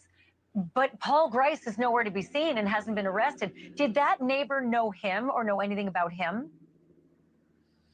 He does. He knows him, and he knows him well. He is actually Paul Grice's landlord. He's his landlord, Ashley, and he was his employer at one time. So he knows him well. We heard from several sources, and this is new, that Paul Grice was called in. He was actually put into custody at one point and questioned by the police, and then he was released. Why exactly he was released, we don't know. Apparently, they didn't have the evidence to keep him. And talking to that neighbor again and his landlord, he says that Paul Grice is a nice man, and he thinks that people need to hold off on judgment right now. Listen to what he said about that. Did you know Paul Grice? Yeah, I know of him, and he has a young family, very nice guy. He's the kind of guy to come up and shake your hand, tell you hi, and anytime I've been around him, he's just been out cleaning and working hard and taking care of cattle, and he seems to be a good guy. My understanding is that he was taken in question, and apparently the OSBI and FBI didn't think it warranted arresting him, so I guess he's not in custody, so I have no reason to believe they had anything to do with it. Yeah, a lot of people are questioning it just because he's named in the reports and wondering why he's the one who wasn't arrested. Yeah, and I couldn't tell you. I know he's a good man from what I know of him. And again, we've learned from several sources, and this is new, that Paul Grice was taken into custody and questioned and then released. So apparently whatever the daughter of one of the suspects said about him being involved, they just weren't able to find the evidence of at this point. So he is out. He's in the community right now. And a lot of people are standing by him, Ashley. Wow. Well, listen. Yeah, so real quick, I just want to address CB Slinger says News Nation is so full of caca. Well, I think that some of them, it's like any other news station. Brian Ninton, he is a very well-respected reporter. So I've yet to really see him sensationalize anything. I do respect Brian Ninton. The whole Misfits thing when it came out, we felt the same way as what the news was putting out, but we had a little bit more information. We just weren't ready to put that out yet because we needed to be able to have the facts to back it up. And we needed to be able to present it in a way that you guys, that would make some kind of sense, hopefully. And a lot of legal documents don't always make a ton of sense. But I do think, they were days late with this info. But I'm with you. I'm with you, Mermaid Mary. I really do like Brian. He's always been, as far as my opinion, he's always done a great job. You can be in conversations about something, but in order to be a conspirator, you have to act in furtherance. And maybe that's when if the teenager's telling the truth in the affidavits, maybe that's when he said, you know what, I'm out of here. And the reports got back to her differently, but maybe he's got an alibi. Who knows? Quick question about the next actions in this case. When are all four back in court? What do we see next? Okay, so May 15th, 9 a.m., they're going to be back in court. They are all in the process of getting new lawyers. Tiffany Adams, Tad Cullum, Cole Twombly say they are all going to get private attorneys. Cora Twombly was the only one at the hearing who said she was going to want a public defender, which is kind of interesting considering Cole Twombly is getting a private attorney. But again, let's not forget, some of these folks have a lot of money, especially Tiffany Adams and Tad Cullum. They've got the resources to pretty much get whatever lawyer they want, from what we're told. They own thousands of acres of land. Tad Cullum in particular, Ashley, I'm hearing over and over again, is particularly wealthy. So it's going to be interesting to see what legal teams show up because they didn't have. That's interesting because I haven't really looked into his wealth. I haven't heard that he's particularly wealthy either. So that's definitely something that we'll look into. It doesn't really matter what his wealth is, but is he going to have that kind of wealth to put out for DP defense team? No, I don't know. It'll be interesting to see. Lynn Stevenson says I had a nice lady on Facebook page say some of us that have been through something like this, that we should tell our story to spread awareness. I absolutely agree. If we don't talk about it, then we never get anywhere positive with it. And some of it's uncomfortable to talk about, but it needs to be talked about 100%. And another one I want to address, the more News Nation gives the story legs, the better. And I felt that way all along, whether you like Nancy Grace or whether you like, Banfield, it doesn't really matter. The fact is that without the national media coverage that did go there, this story could have turned out completely differently. And I truly feel that way just from being in the area. Gosh, especially if it had been Veronica all by herself, it would have been a completely different situation. What do you think, David? Well, it's folks like you at grassroots that make the difference, and I think fill in the holes the best, as well as some of these national news agencies. It's surprising, but I'm probably one of the few human beings, at least in this country, that I don't have a tell-lie vision, or another way to pronounce that is a tell-evil vision. Gave that up a Right. long I time ago. think most of us cut that off a few years ago, at least. Yeah, I figured there was a point when the lies were too many and the deception, and then learning that the CIA took hold about the same year the television was invented, which was 1948. How timely of the CIA, being birthed about the time of the television, and then they take over, basically. They take over, media and propaganda. So it's only gotten worse. But thank gosh for Definitely. programs like yours, and that we still have the internet, and I'm It's still definitely a trying. double-edged sword many times, especially when it comes to cases. It is a double-edged sword. I've Yeah, always understood like why family won't come out and talk. I've always understood that because of other cases I've covered. Purely innocent family, man, there's just some people that will twist every word they've said, and they will 100% make you believe that those people are guilty. And gosh, I hate that for families and for innocent victims. And I definitely am one of them that even if I have really good idea, I'm not going to say it on a YouTube channel or a Facebook group or anything like that. The only thing I can say is I do still feel like there will be a couple more arrests. But again, I've also said I could be wrong in that. That's just my feelings. I don't have all the information that law enforcement has. But I think they've done an amazing job. In just 2 weeks' time, they were able to bring 4 in. And I think that was a very amazing job considering what they were up against, especially in attempting to arrest Tad Colum.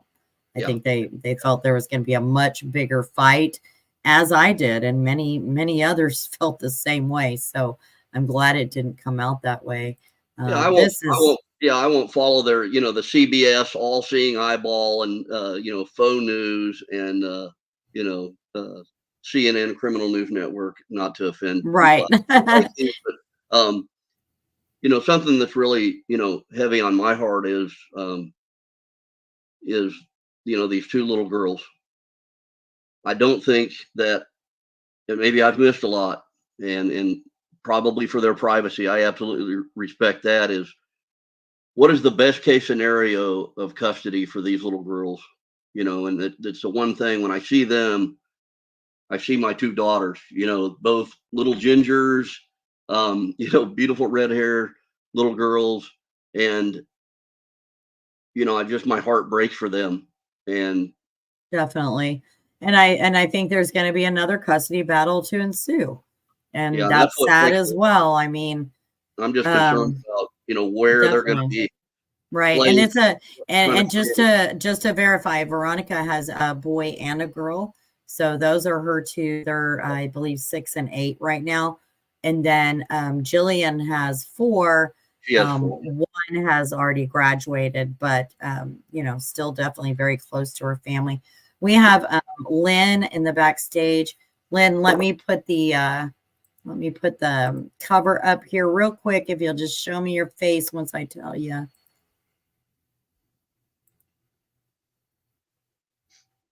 Give me just a second. Okay.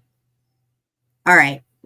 Lynn, can you just show me your face real quick, hon, so I can add you up here? Thank you. You can turn it off. Thank you. You can turn it off if you want. All right. So Lynn has joined us on panel. And let me go back to where we were. And I do appreciate every single one of you joining us. I know some of it's hard conversations to have, but they have to be had. And we get nowhere as a society if we just keep sweeping things under the rug. So let's lawyers at the first hearing. Almost done here. And so who's gonna be the lawyer come May 15th? That's gonna be really interesting because they've got the money. Yeah, and whether their defense is going to be he did it, she did it, she did it, he did it. That's always fascinating. Yes. Are they going to turn on each other? Yeah, that's such a good point. Right. Yeah. Right. That's usually what happens in these cases. So, so much to look at. Thank you, Brian. Such incredible work down there this week. I so appreciate it. Thank you so much, Brian Enton, doing the work for us tonight. Take Thanks, care. Ash. Thank you for watching. Go to newsnation.now.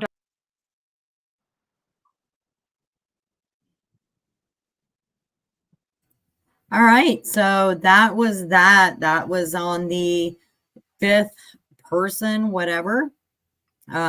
Like I said, I think we all probably know who that is. It'll be interesting to see, for me at least, how that plays out. And see, Slinger, I couldn't agree more. Why can't people just get along, move on, and try to make a better life when divorce happens? And I'd even add, when anything happens. Like, I mean, if you can't get along, just, do your best. But when kids are involved, we have to do better. We just have to do better. And that goes, for myself, for all of us. We can always look back and realize mistakes that we have made or what have you. But I don't think that there's anybody in this chat or in that Facebook group that would ever think that this was okay whatsoever. So anyway, hi, Lynn. Thank you for joining us. Thank you. Hi. Hi. What do you want to add to all of this? Okay, so I was the one that actually made the comment. I went by this is my married name, but I went by my maiden name on the group so that, they wouldn't know. But I was the one that made the comment that I actually was talking to someone on the Facebook page, and we had a really nice talk. We've been chatting back and forth about, she's like, maybe if everyone else would, they may be going through like a custody battle, domestic violence, that somehow if we told our stories, maybe, the courts would actually, do something to be like, hey, let's make some kind of law or some kind of thing that protects us victims. Yes, absolutely. And I And know ev- I had reached out to you prior, and I explained to you a little bit of my story about mine wasn't the reason why this case took a really bad turn for me was the fact that I am a victim of domestic violence. I've been in therapy. They kind of suppress, they had it compressed to where, I didn't think about it as much. And then when this all happened, it was just like things were coming up and hitting me really hard. And I was like, maybe if if we told our stories, what kind of awareness could we bring up? Well, I think many women don't share the stories, and it is not just women either. There are men that have had the same situation, sadly. But I think it's I don't know, my own feelings on that, or maybe we're embarrassed, maybe we're I don't know, why we don't speak out more and louder about this stuff, but it is happening. And I can bet almost everybody in this chat right now knows somebody who has gone through domestic violence or a custody battle or a very bitter divorce or a breakup or anything like that. And I think that the key is to talk about it. And then I'm the one that made that post that the laws, we have to somehow get laws changed where it's in every single state, that it needs to be in a public area that has cameras, brightly lit, agreed on by both parties. Yeah, I think that grandma is the one. Somebody made a comment about whether grandma had made the can't remember exactly what the comment was, but whether she is the one that had set up that area. And from what I have read, it does seem that she's the one that set that up. I didn't mean to interrupt you, Lynn. I just think what you have to say is super important.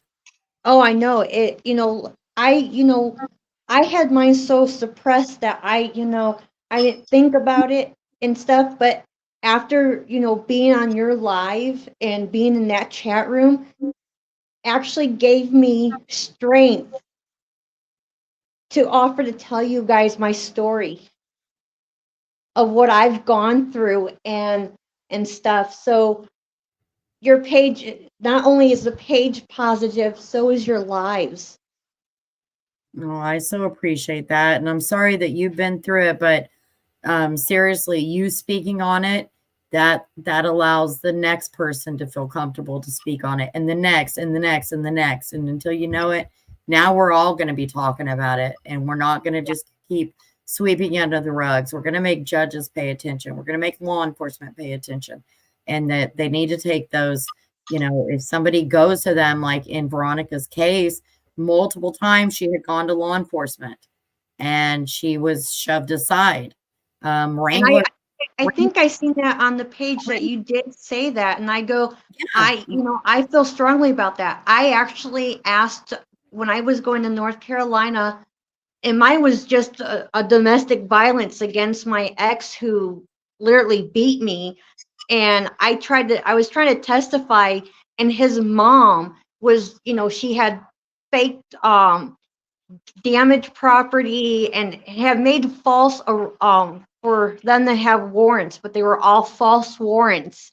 And I actually got called off, and I was like, no, I don't. I'm like 3 hours from there. I didn't even go to her property.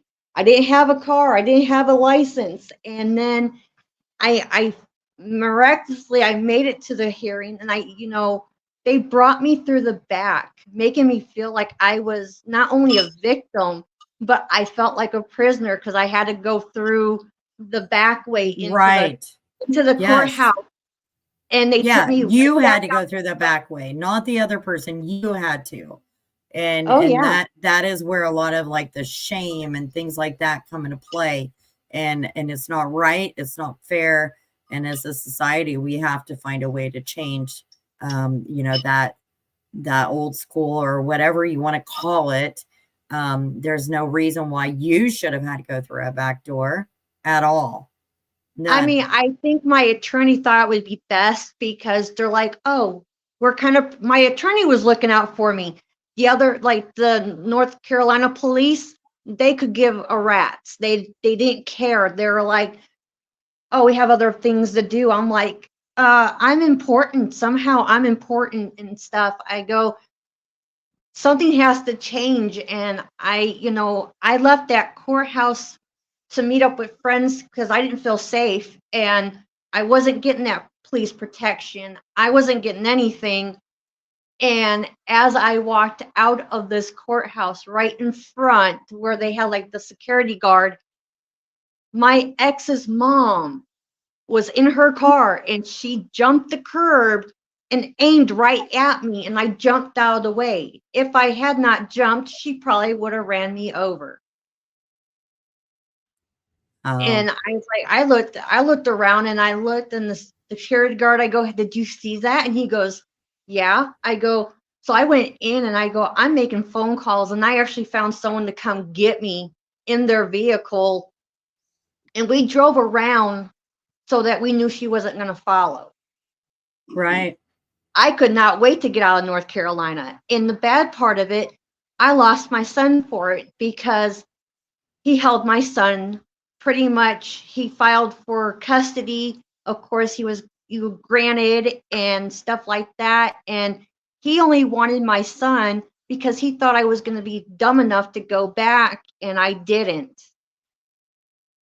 I knew what if I would have went back, I know I wouldn't have been here. Yeah, a lot of it is just control and power over the other parent, not necessarily that they have this great concern for the child. It's, especially in domestic abuse type situations, they just want control over, either the mom over the father or the father or the mom. I'm not going to put it either way. Usually it happens more so with women against men, but not always. And just you speaking out on it is very, very brave. And I know, myself, I've been through the same type of situations. Many others have as well. And I think we just need to be able to have an open dialogue where, it's a place where people can just discuss it. And it is the way it is. Road Gypsy said, I feel she may have agreed because at the very least she could see the kids. It was something after having nothing for quite some time. I agree. I think Veronica would have done anything to see her kids. I do know she had been seeing them, though, up until 2 weeks prior. So she had seen them just a couple of weeks before. So they, it wasn't like she hadn't seen him since that prior July or November. That's just the court paperwork that didn't get sealed that people are seeing. But she did indeed, 2 weeks prior, she was able to see her children. But I also know that, Wrangler had gone to, the sheriff or local police, whichever it was, on at least one or two occasions. And he went to get his kids from his mom, and he had full custody. Tiffany would not give him that custody. And so the sheriff was called, and the sheriff basically, or local police department, I'm not sure which one it was, so don't quote me there, told them the kids are better off with Tiffany. So they went against the court order and they left them there. So, that's where kind of some of that corruption, I feel, comes into play. And I think it's a big part of this whole case, even if it doesn't maybe feel that way to some people right now. Christy is in the backstage. Christy, I'm going to put up the thing real quick so you can talk as well. Give me just a moment.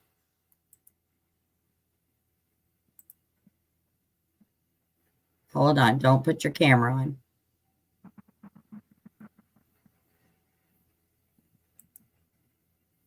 Okay.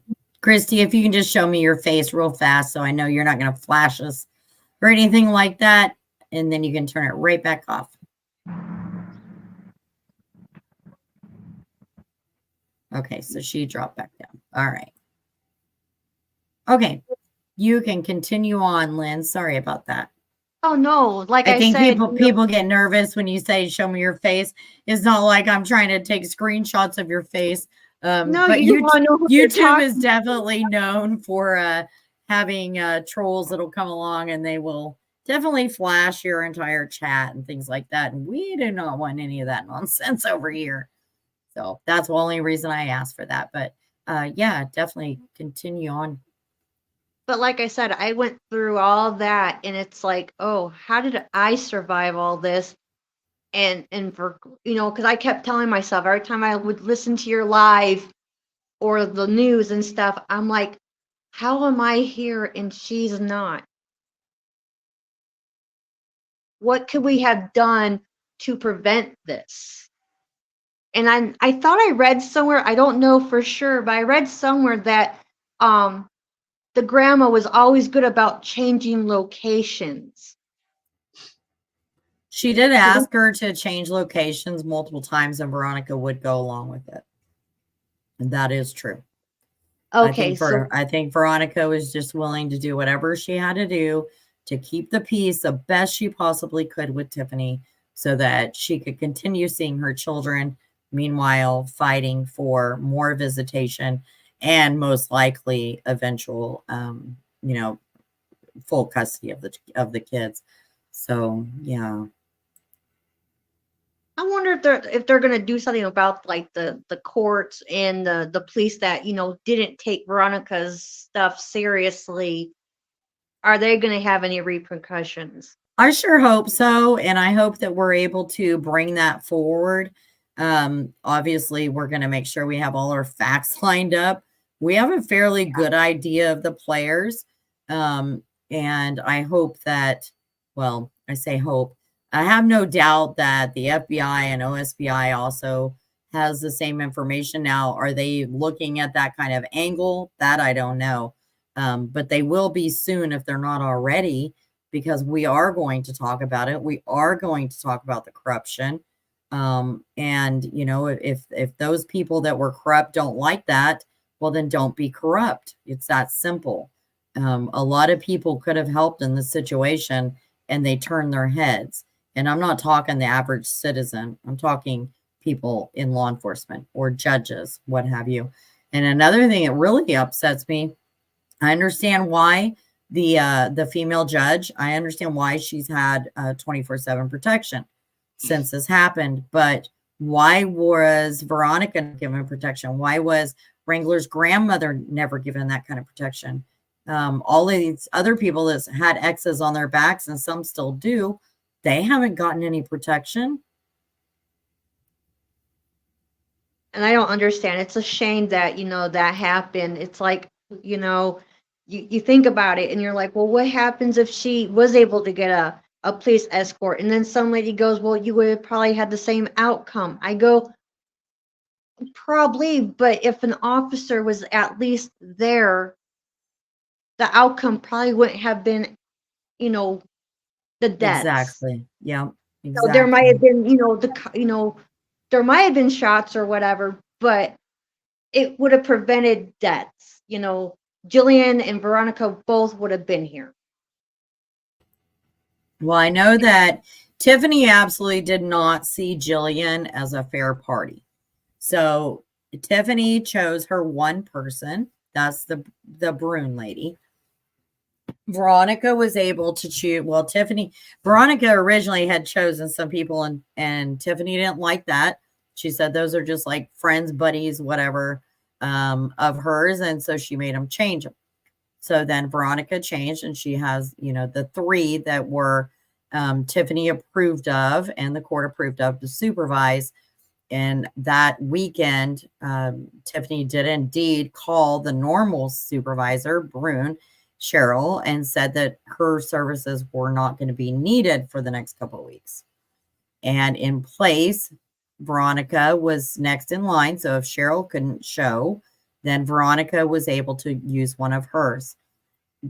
Tiffany already felt that Jillian was a threat because Jillian was, for the most part, on Veronica's side. At least that's how Tiffany felt about the whole situation. So I think that played a huge part of why Miss Brune was taken off of it for those couple of weeks. Tiffany put in, made it to where basically Veronica put somebody else in place that Tiffany already didn't like.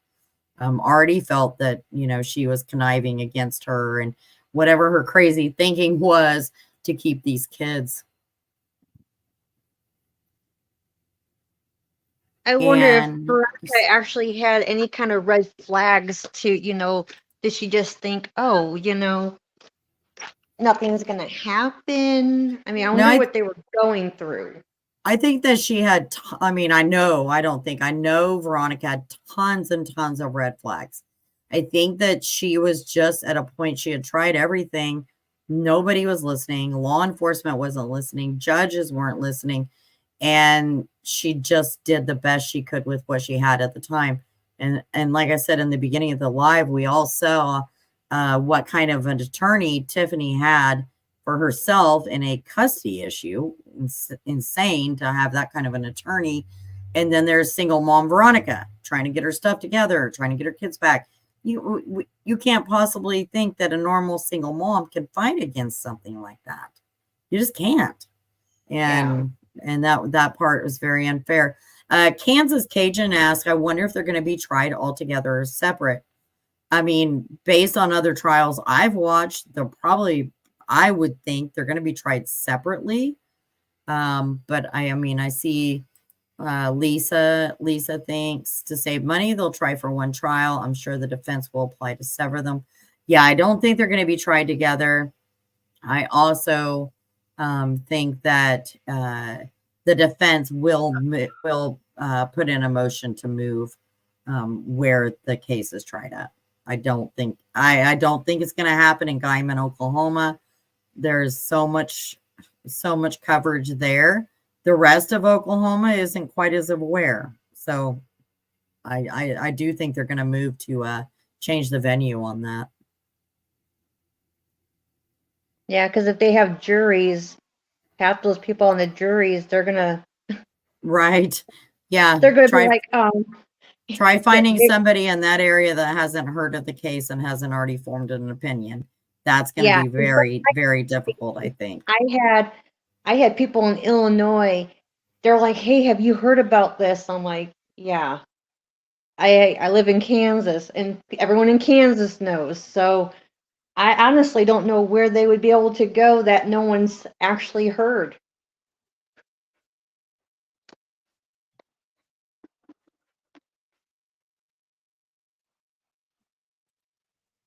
David, you're quiet. What's your thoughts on all of that? I'm just listening, taking it all in, trying to, come up with some thoughts and, thinking of my situation, when I went through a bitter divorce that took 2.5 years and a whole lot of money and, hundreds of thousands of dollars and two little girls, 3 and 5 years old.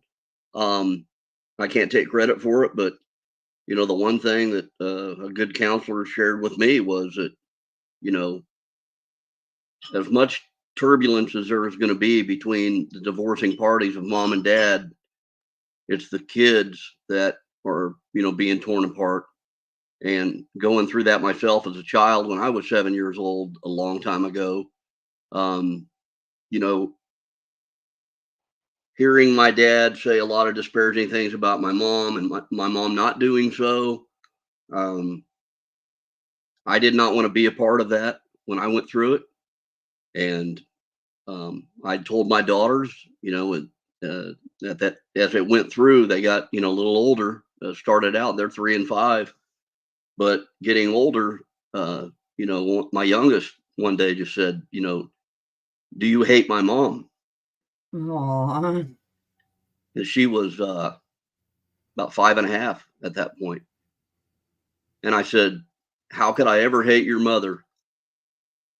As this was a woman I was married to for 10 years and in love with 2 years before we went down that aisle to be married with promises of that marriage being forever, the vows we took, but life happens. This is not what she wants anymore.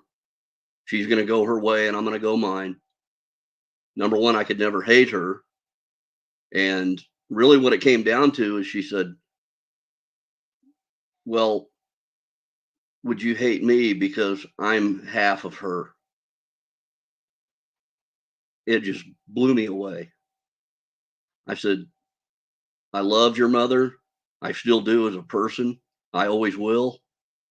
And even though we're in the throes of something that's tumultuous and hurtful for everybody involved, it's like a bomb that goes off. You've got, the epicenter, and then you've got all the shrapnel, in the periphery, damaging all these Right. other people, parents, grandparents, Oh my friends, gosh, man, yeah. And things like people that. don't people don't like in that situation, they don't think of all those other people it affects, the grandparents, the aunts, the uncles, the cousins, the entire family, Everything. people that you've all gone to church with together. It really it affects so many others than just at what's at surface level. And Exactly. this, very well could be a whole another topic and a conversation, full on conversation. Well, Because I think of there's a lot to it. these scenarios, and I just wonder, just think through that. Is there anybody that ever went to Tiffany in her rage, and she had to have shared with not just maybe this small group of, let's say, these 4 families that are in this group, the God's Misfits group. I was thinking earlier when somebody in the chat brought in the question that, who did she talk to? Who other than these 4 people that we see, in the perp walk that got arraigned the other day, how many others knew that, this was even on the drawing board? How many people knew, starting with that small group of, what do you say, 4 families that were in this God's Misfits group, so to speak? I wonder if they're sitting there going, wow, I knew more than what I've, or maybe they blew it off. I don't know. But, I've got to just guess that, there's somebody, surely, as tumultuous as this custody battle has been, is there anybody that went to Tiffany, for example, and say, hey, this hate is going to rot you from the inside out. This hate is going to kill you. This hate is going to take years off your life. And if you really love these grandchildren, like I know you do, isn't it better that you make peace with the mother and have a future with these grandchildren of yours? And that's just something floating around my head that, I wonder if those conversations even happened. Or if maybe the judge, you were visiting there talking about, the legal process. Was there legal entities or the judge that could have said, hey, this is getting out of hand. We need mediation. You're going to go to counseling. You're going to go to anger management, whatever. I'm just wondering if this could have been headed off where there was a mediation, somebody come in and see the rot of rage and the rot of anger going on. And what the end result of this is it's just this anger and rage that has morphed into evil, that now we have an actual act of evil taking 2 lives with probably literally hundreds of people affected. Jillian's, now she has a widower. Now she has 4 children at home that are without a mommy. Okay. Yep. You got parents, you got aunts and uncles and all these people that, with the 2 deaths, not only the 2 deaths, but are ruined. Their lives are gone. But these 4 people, their lives are gone. We don't know if they're going to get the death penalty, what the situation might be, but their lives are basically over. What are they losing? Who is losing from what they're losing? It's just a perpetual, dominoes. I look at the dominoes effect of it. And it's like I told my daughter, I said, you know what? I said, I can never hate your mother, and I could never hate you, even though you're half of your mom. And don't you ever think anything different. Right. Your Well, mom, more people need to think that way. Like, obviously when people go into divorce, it's not quite the same way they went into the marriage. It's a no, complete opposite. But and the children we're definitely need to be thought of way more. And, judges, I don't know. I've seen good and bad in these cases. CPS, I've seen good and bad in these cases. I don't know what the answer is, but it feels to me that it's happening way too often. And probably because I cover true crime all the time. So I probably see it way more than, what maybe some of you do, but it does happen so often, and there's got to be some kind of solution. And I wanted to add, somebody said, I don't remember what was said, but I pulled this up about other people not knowing. How would they not have known? Well, we have the cooks, and I have kept their name out of all of this since day one. In fact, when I started the Facebook group, anytime somebody would mention the butcher, I shot it down and I removed them. I banned many people for even bringing their name up until we got to researching. Tara and I did, and realized that they had also denounced their United States citizenship at the same time that Paul Grice had. And all of this kind of falls into place, kind of the same timing of when they really amped up their tiny, and I want to reemphasize, tiny little Misfits group. The whole Misfits apparently was Cole. It was a joke, and then it just kind of stuck. But here in the probable cause affidavit, we have Adams told OSBI that on Friday night, Rickman and Butler's children stayed the night with Barrett and Lacey Cook. Barrett and Lacey live on Tad's land. Their mailing address goes to Tiffany's house. This is how close these people are. Adams said she planned to pick them up that morning before visitation. She said she called Butler at 9:00 a.m. to confirm the meeting, and Butler confirmed the call occurred. However, at the time of the call, Butler was in Hugoton, Kansas, in the process of picking Kelley up to go meet Adams. Adams stated she was at home at the time that Butler and Kelley went missing. So Adams picked the children up before noon from the Cook's residence. Here's the thing, though. There was an entire birthday party that was planned by Tiffany. Planned by Tiffany. I have pictures of the cake and the cupcakes and all of this. So you tell me that the Cooks and Paul Grice didn't know about this birthday party that Tiffany was planning?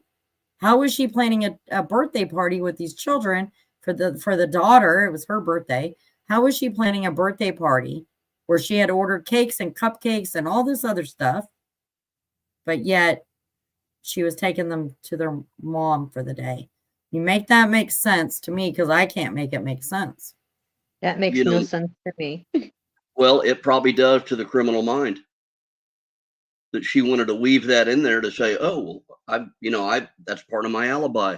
Hey, I organized this birthday party, and why would I do that and then kill her? I mean, it just doesn't make sense. And it's like looking in the chat, Noni lady, I think I got, it says, I think this was a power game for grandma. Yeah, grandma's reign of power is officially over. We all know that, Yep, right? sure It's is. over. She's never So, going to see the light of day again. No matter what, she will no, and she'll not see never the have the light of love, day.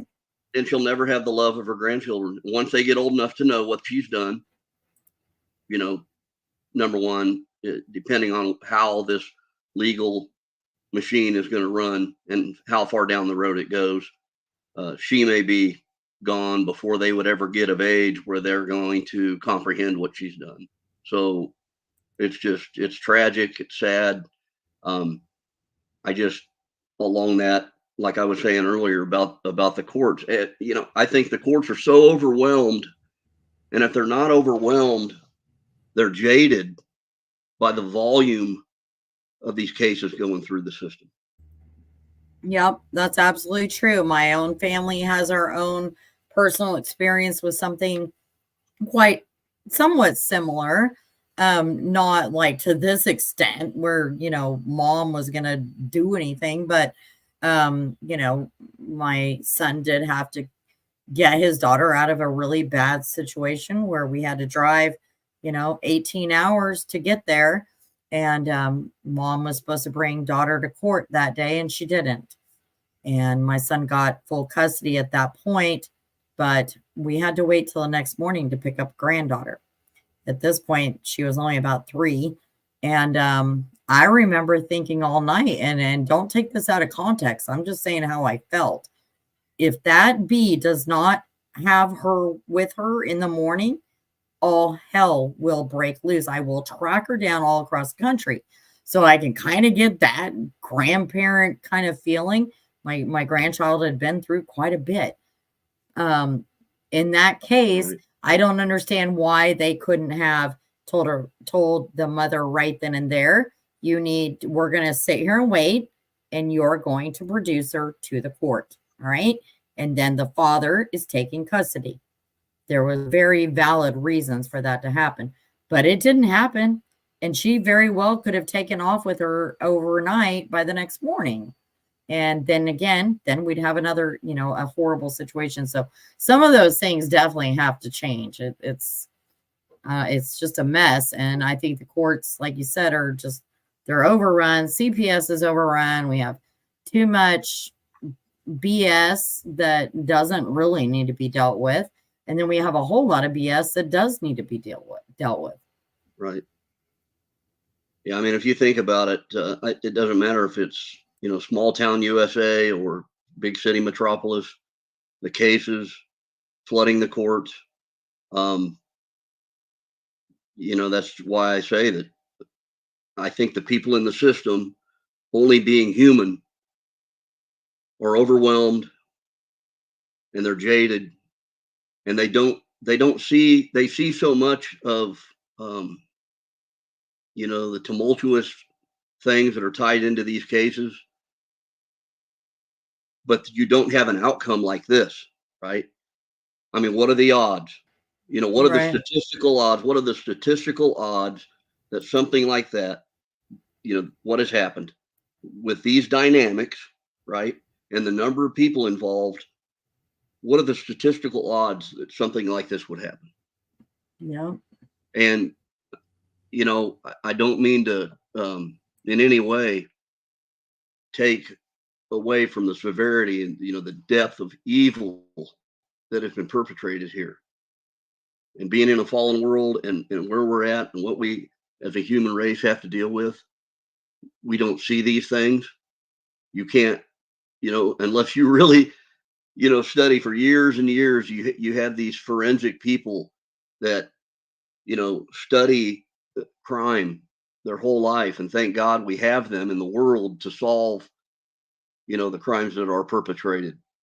But like the judge that, had to resign. Yep. What are the odds? What are the odds that he would be friends with somebody and even have personal contact in the throes of this being committed, even after it's committed? I mean, he was there when he was raided. Exactly. Good point, Carrie. So, and this is, you don't become a judge. Normally,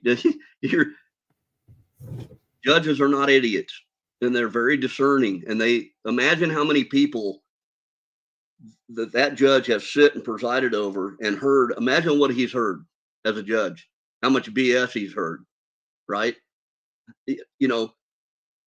My former father-in-law was a judge, a huge, well-known in a major city, Kansas City, senior partner with a major law firm, professor of law, a judge, corporate attorney.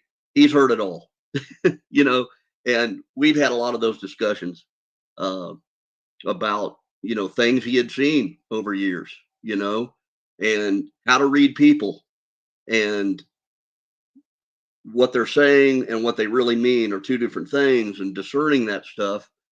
But this judge here, you can't be an idiot for the most part and be a judge in any capacity. So he was fooled.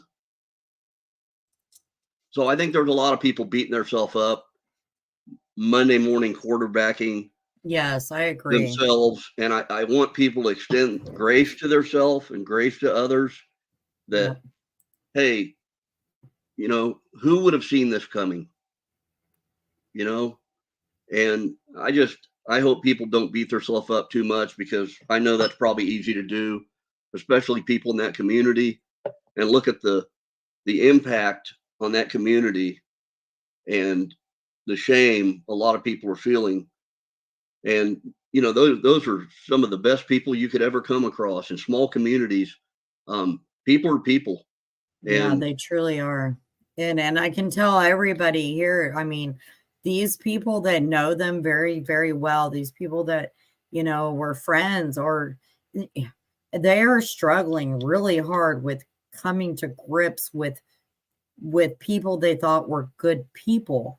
And I'm not saying just their friends, because when I went out there, I was told by everybody Cole and Cora were really good people. I don't think there was one person that said anything bad about them.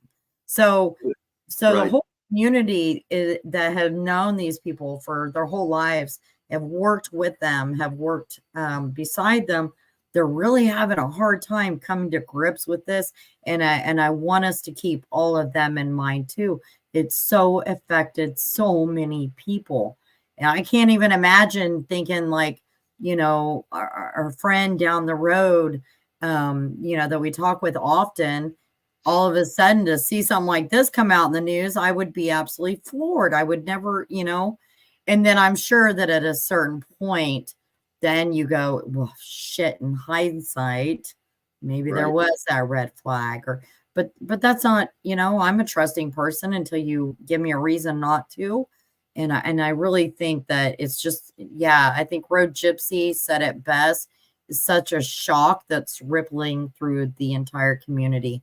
And my heart absolutely breaks for them. That's why Tara and I have tried to cover this the way we are covering it, is to be very truthful, honest, and factual, but also there's a bigger picture to all of this. And that bigger picture, we can't do anything about Veronica and Jilian now other than make sure they get justice. And I have no doubt that they will, but there is a bigger issue at hand, and there's more that we need to talk about and talk freely. And I think that the community hopefully will feel comfortable eventually being able to do that with a lot of us. And I think these people involved, just, if you were to rewind the clock and, ask them, hey, could you ever see yourself perpetrating something like this? They could never in their wildest dreams do that. But something flipped, something clicked, something happened. There were things that happened in their mind, their spirit, whatever, things we can't most of us can't understand as to why they would step by step go forward to perpetrate something like this. And almost in a fog, you know, like the old saying, the fog of war, you know. An idea is hatched, an evil plan is made, people are invited to participate. For some reason, they are not discerning enough to catch themselves and realize what they're becoming a part of. And the trap is set and they're involved and there's no backing out, and they don't. Right. Yeah. You know, so it's like me when I was telling you earlier, I was literally kneecap to kneecap with a serial killer, very famous, you know, and I'm visiting with him and he's going to play racquetball with my roommate and we're in college, Right. we're in our 20s, and he did what? He killed how many girls? You know, I'm like, wow. It's Yeah, just that would horrible. be, I can't even imagine. I can't imagine Yeah. trying to go through that or process those emotions or, Yeah. Yeah, and I logged probably a half a dozen encounters that might total 3 or 4 hours with the guy. And when I would be down in Aggieville, the bar district at, you know, Kansas State University, and he comes in, he walks right over because he knows us and buy him a beer. And then you're socializing with a serial killer. And then you find out years later and go, no way. yeah, and How are insane. we, how are And we people are right. Like people like us, we can't possibly understand the why. And so that's why we do have these kind of discussions. That's why there's so much, you know, speculation and things like that, because normal people like all of us here, we can't even we can't grasp how somebody would be led, not just one person, 4 at least people would be led to do something like this. And I think Mermaid Mary, she said it really good. I think Granny convinced them all that the kids were being SA and their crooked minds thought they were quote unquote saving the kids. And I do agree with that. I really do. And CB Slinger, thank you so much for joining us. CB is actually a male that has had to go through some kind of, you know, custody stuff of his own. So it's always nice to see it from a male perspective. And like I always say, it's not just women that this happens to. Men also need to be very careful because there's some cray women out there. You guys know that there is. Oh yeah. Oh yeah. Yep.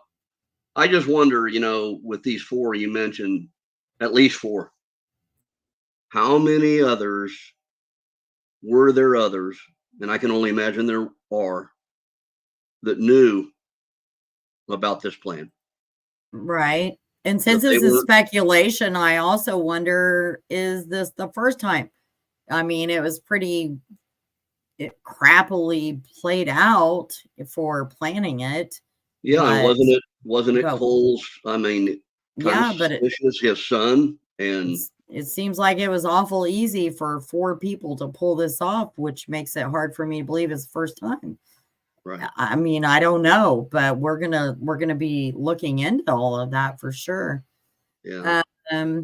Evil Alaska asked, yeah, I think we have that answer, but out of respect for the family, they would like to at least be the ones to put that information out, or we will wait for law enforcement to push it out.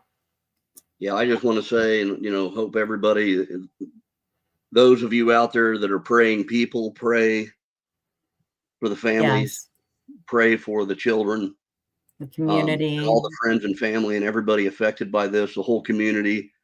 And as somebody in the chat said earlier, you know, these people down there, they're salt of the earth, loving people.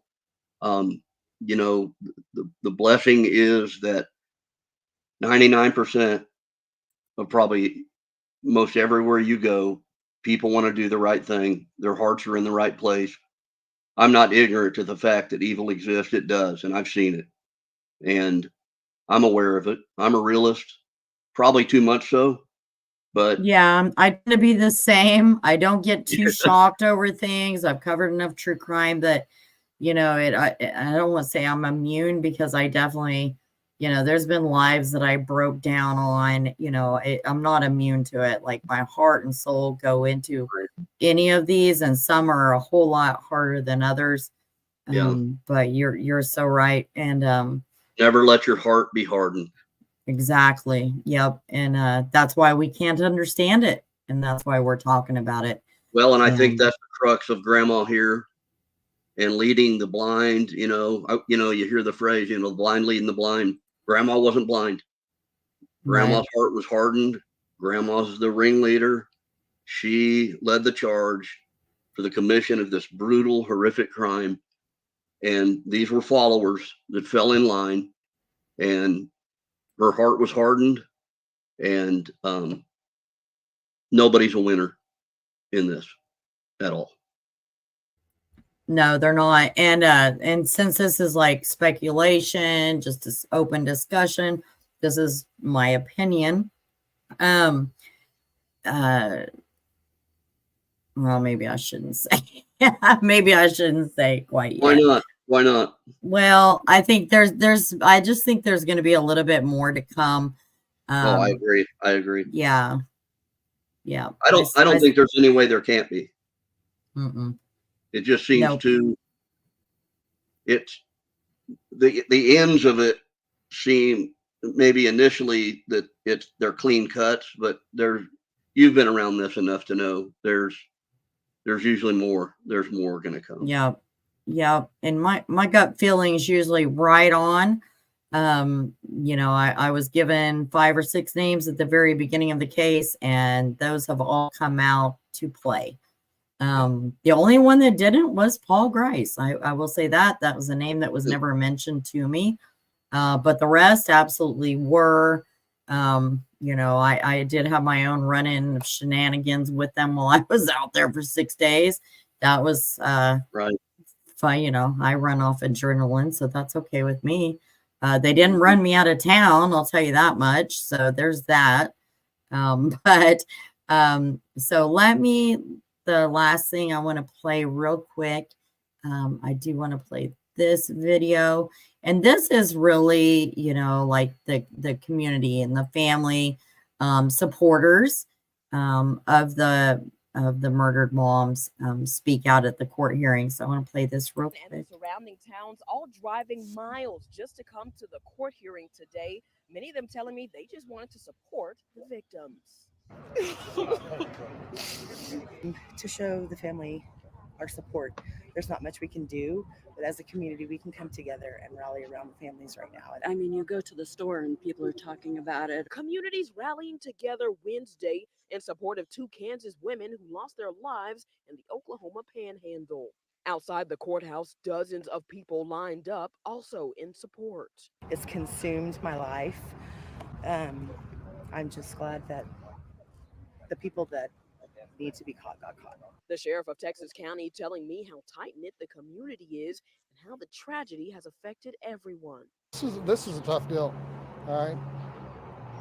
We're not just police officers that go out and arrest people. We have feelings too. The state, while reading off these 4 suspects' charges, said they lured Veronica Butler and Jilian Kelley to Highway 95 and Road L before committing heinous crimes. Veronica's family emotional, hearing it read 4 different times. It was just very nerve-wracking. It was, you know, it was just everything to keep my brother in his seat, you know.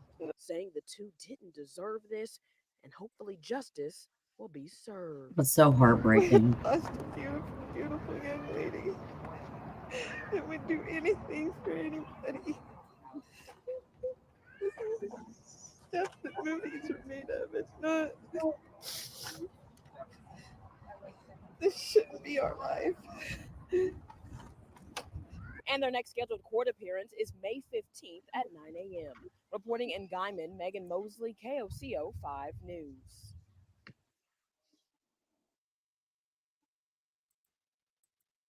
So that gives you a little bit of a feeling of how the community as a whole is feeling. That's the same thing I'm getting in my phone calls and my inbox and things like that.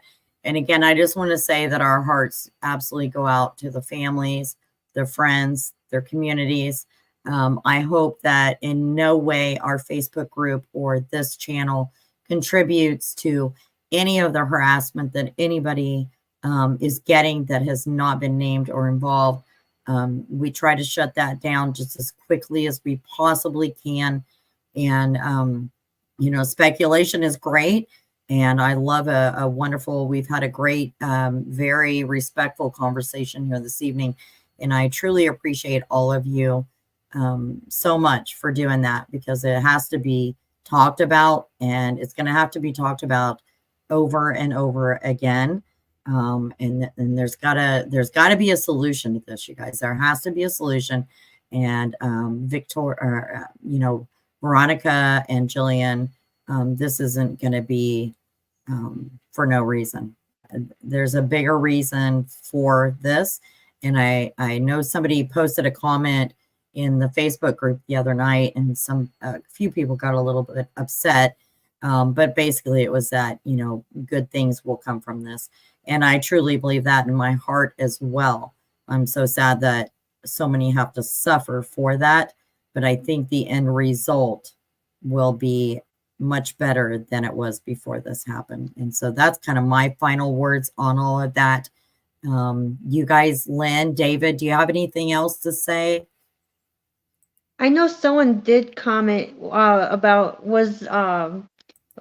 like with Veronica having like her supervision. Was Kelley the first person? Does she ever go on other ones, or was it just that one time? Kelley had gone on other ones because I have, yeah, Kelley had gone on other ones. That's how I know that Tiffany, she did not feel that Jilian was a neutral party. Okay. She was basically protecting Veronica, and that goes months back. So yeah, Tiffany did not like Jilian whatsoever. She thought she was not a neutral party. And there was a couple of times she disallowed both Veronica and Wrangler to see the children because she did not think that Jilian was a neutral party. Although she didn't have that kind of control, she definitely wielded that control. I know people were asking, do we think that Wrangler had anything to do with this? Like, I absolutely do not think that, not one bit. I don't think Wrangler is an angel or a saint by any stretch of the imagination. The kid has his I call him a kid, but I'm old enough to call him a kid. He definitely has his own set of problems, his own set of legal issues. He's had drug and alcohol problems. You know, it seems like if he drinks or whatever, he can definitely go to more towards that violent state.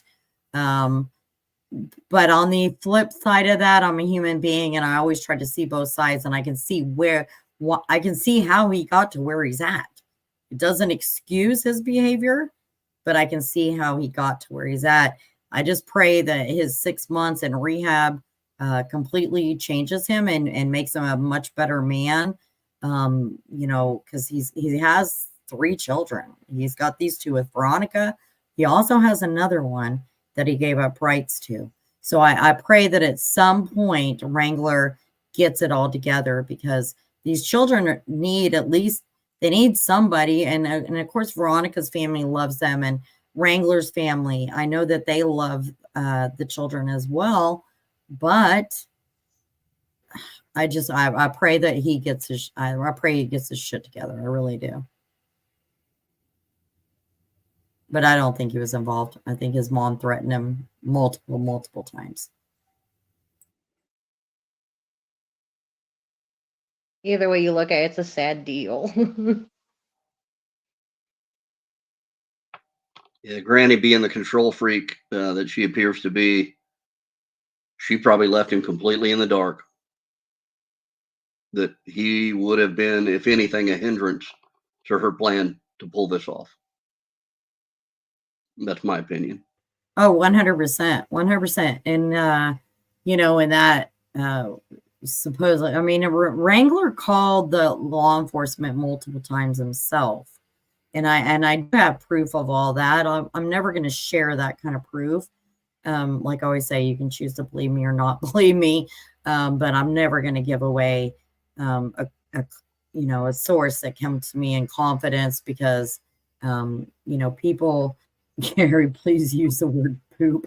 Sometimes I can't use the right words. Sometimes I'm just like, shit, F, whatever. But so I just, I do think Wrangler tried very hard as well, but he was up against the same battle that Veronica was. His mom was paying for his attorney. So Wrangler now has everybody's kind of seeing how much he owes that fancy high price attorney. My understanding is grandma was paying for the attorney all along. She had a reason to do that. When Wrangler wouldn't cooperate with grandma anymore, she stopped the attorney. So now Wrangler owes what was that? Like, I mean, it's hundreds of thousands. I don't know. It's a lot of money, whole lot of money for an attorney.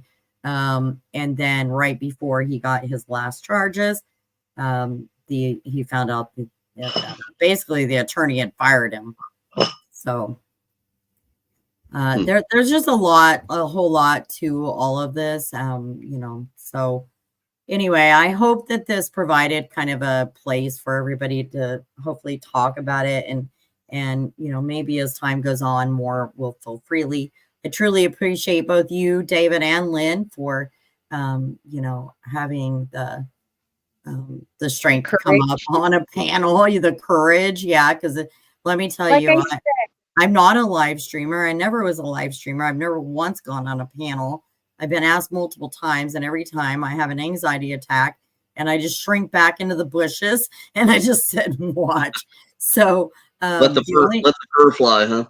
Yeah, the only lives I ever really did was covering court cases for the most part, until this. And creating a video takes a lot of time, first of all, and that's usually what I do. But some of this information needs to be talked about, like in a live chat, like we're doing right now, not just me creating a video and people leaving comments, because then it's kind of hard to get feedback. So I really appreciate both of you for coming up here and being brave enough to do so and telling your stories and talking about it. And of course, we appreciate everybody in chat and everybody that hung with us. Our mods are amazing. But really, the people in chat were amazing tonight as well. So thank you so much. They always are. Yeah, they really are. And I appreciate that very much. Like our chats, it's seldom that anybody has to delete a comment. So well, I hope everybody, hits that like button. It looks like hit the like button. 231 watching now. Some have dropped off. 27 likes. You got to get those up for Carrie, because thank you, Carrie, for all the effort and energy you put into this work. I've subbed, of course, brand new sub. So I'll be staying with you. And I appreciate that. In the I comments appreciate section, that.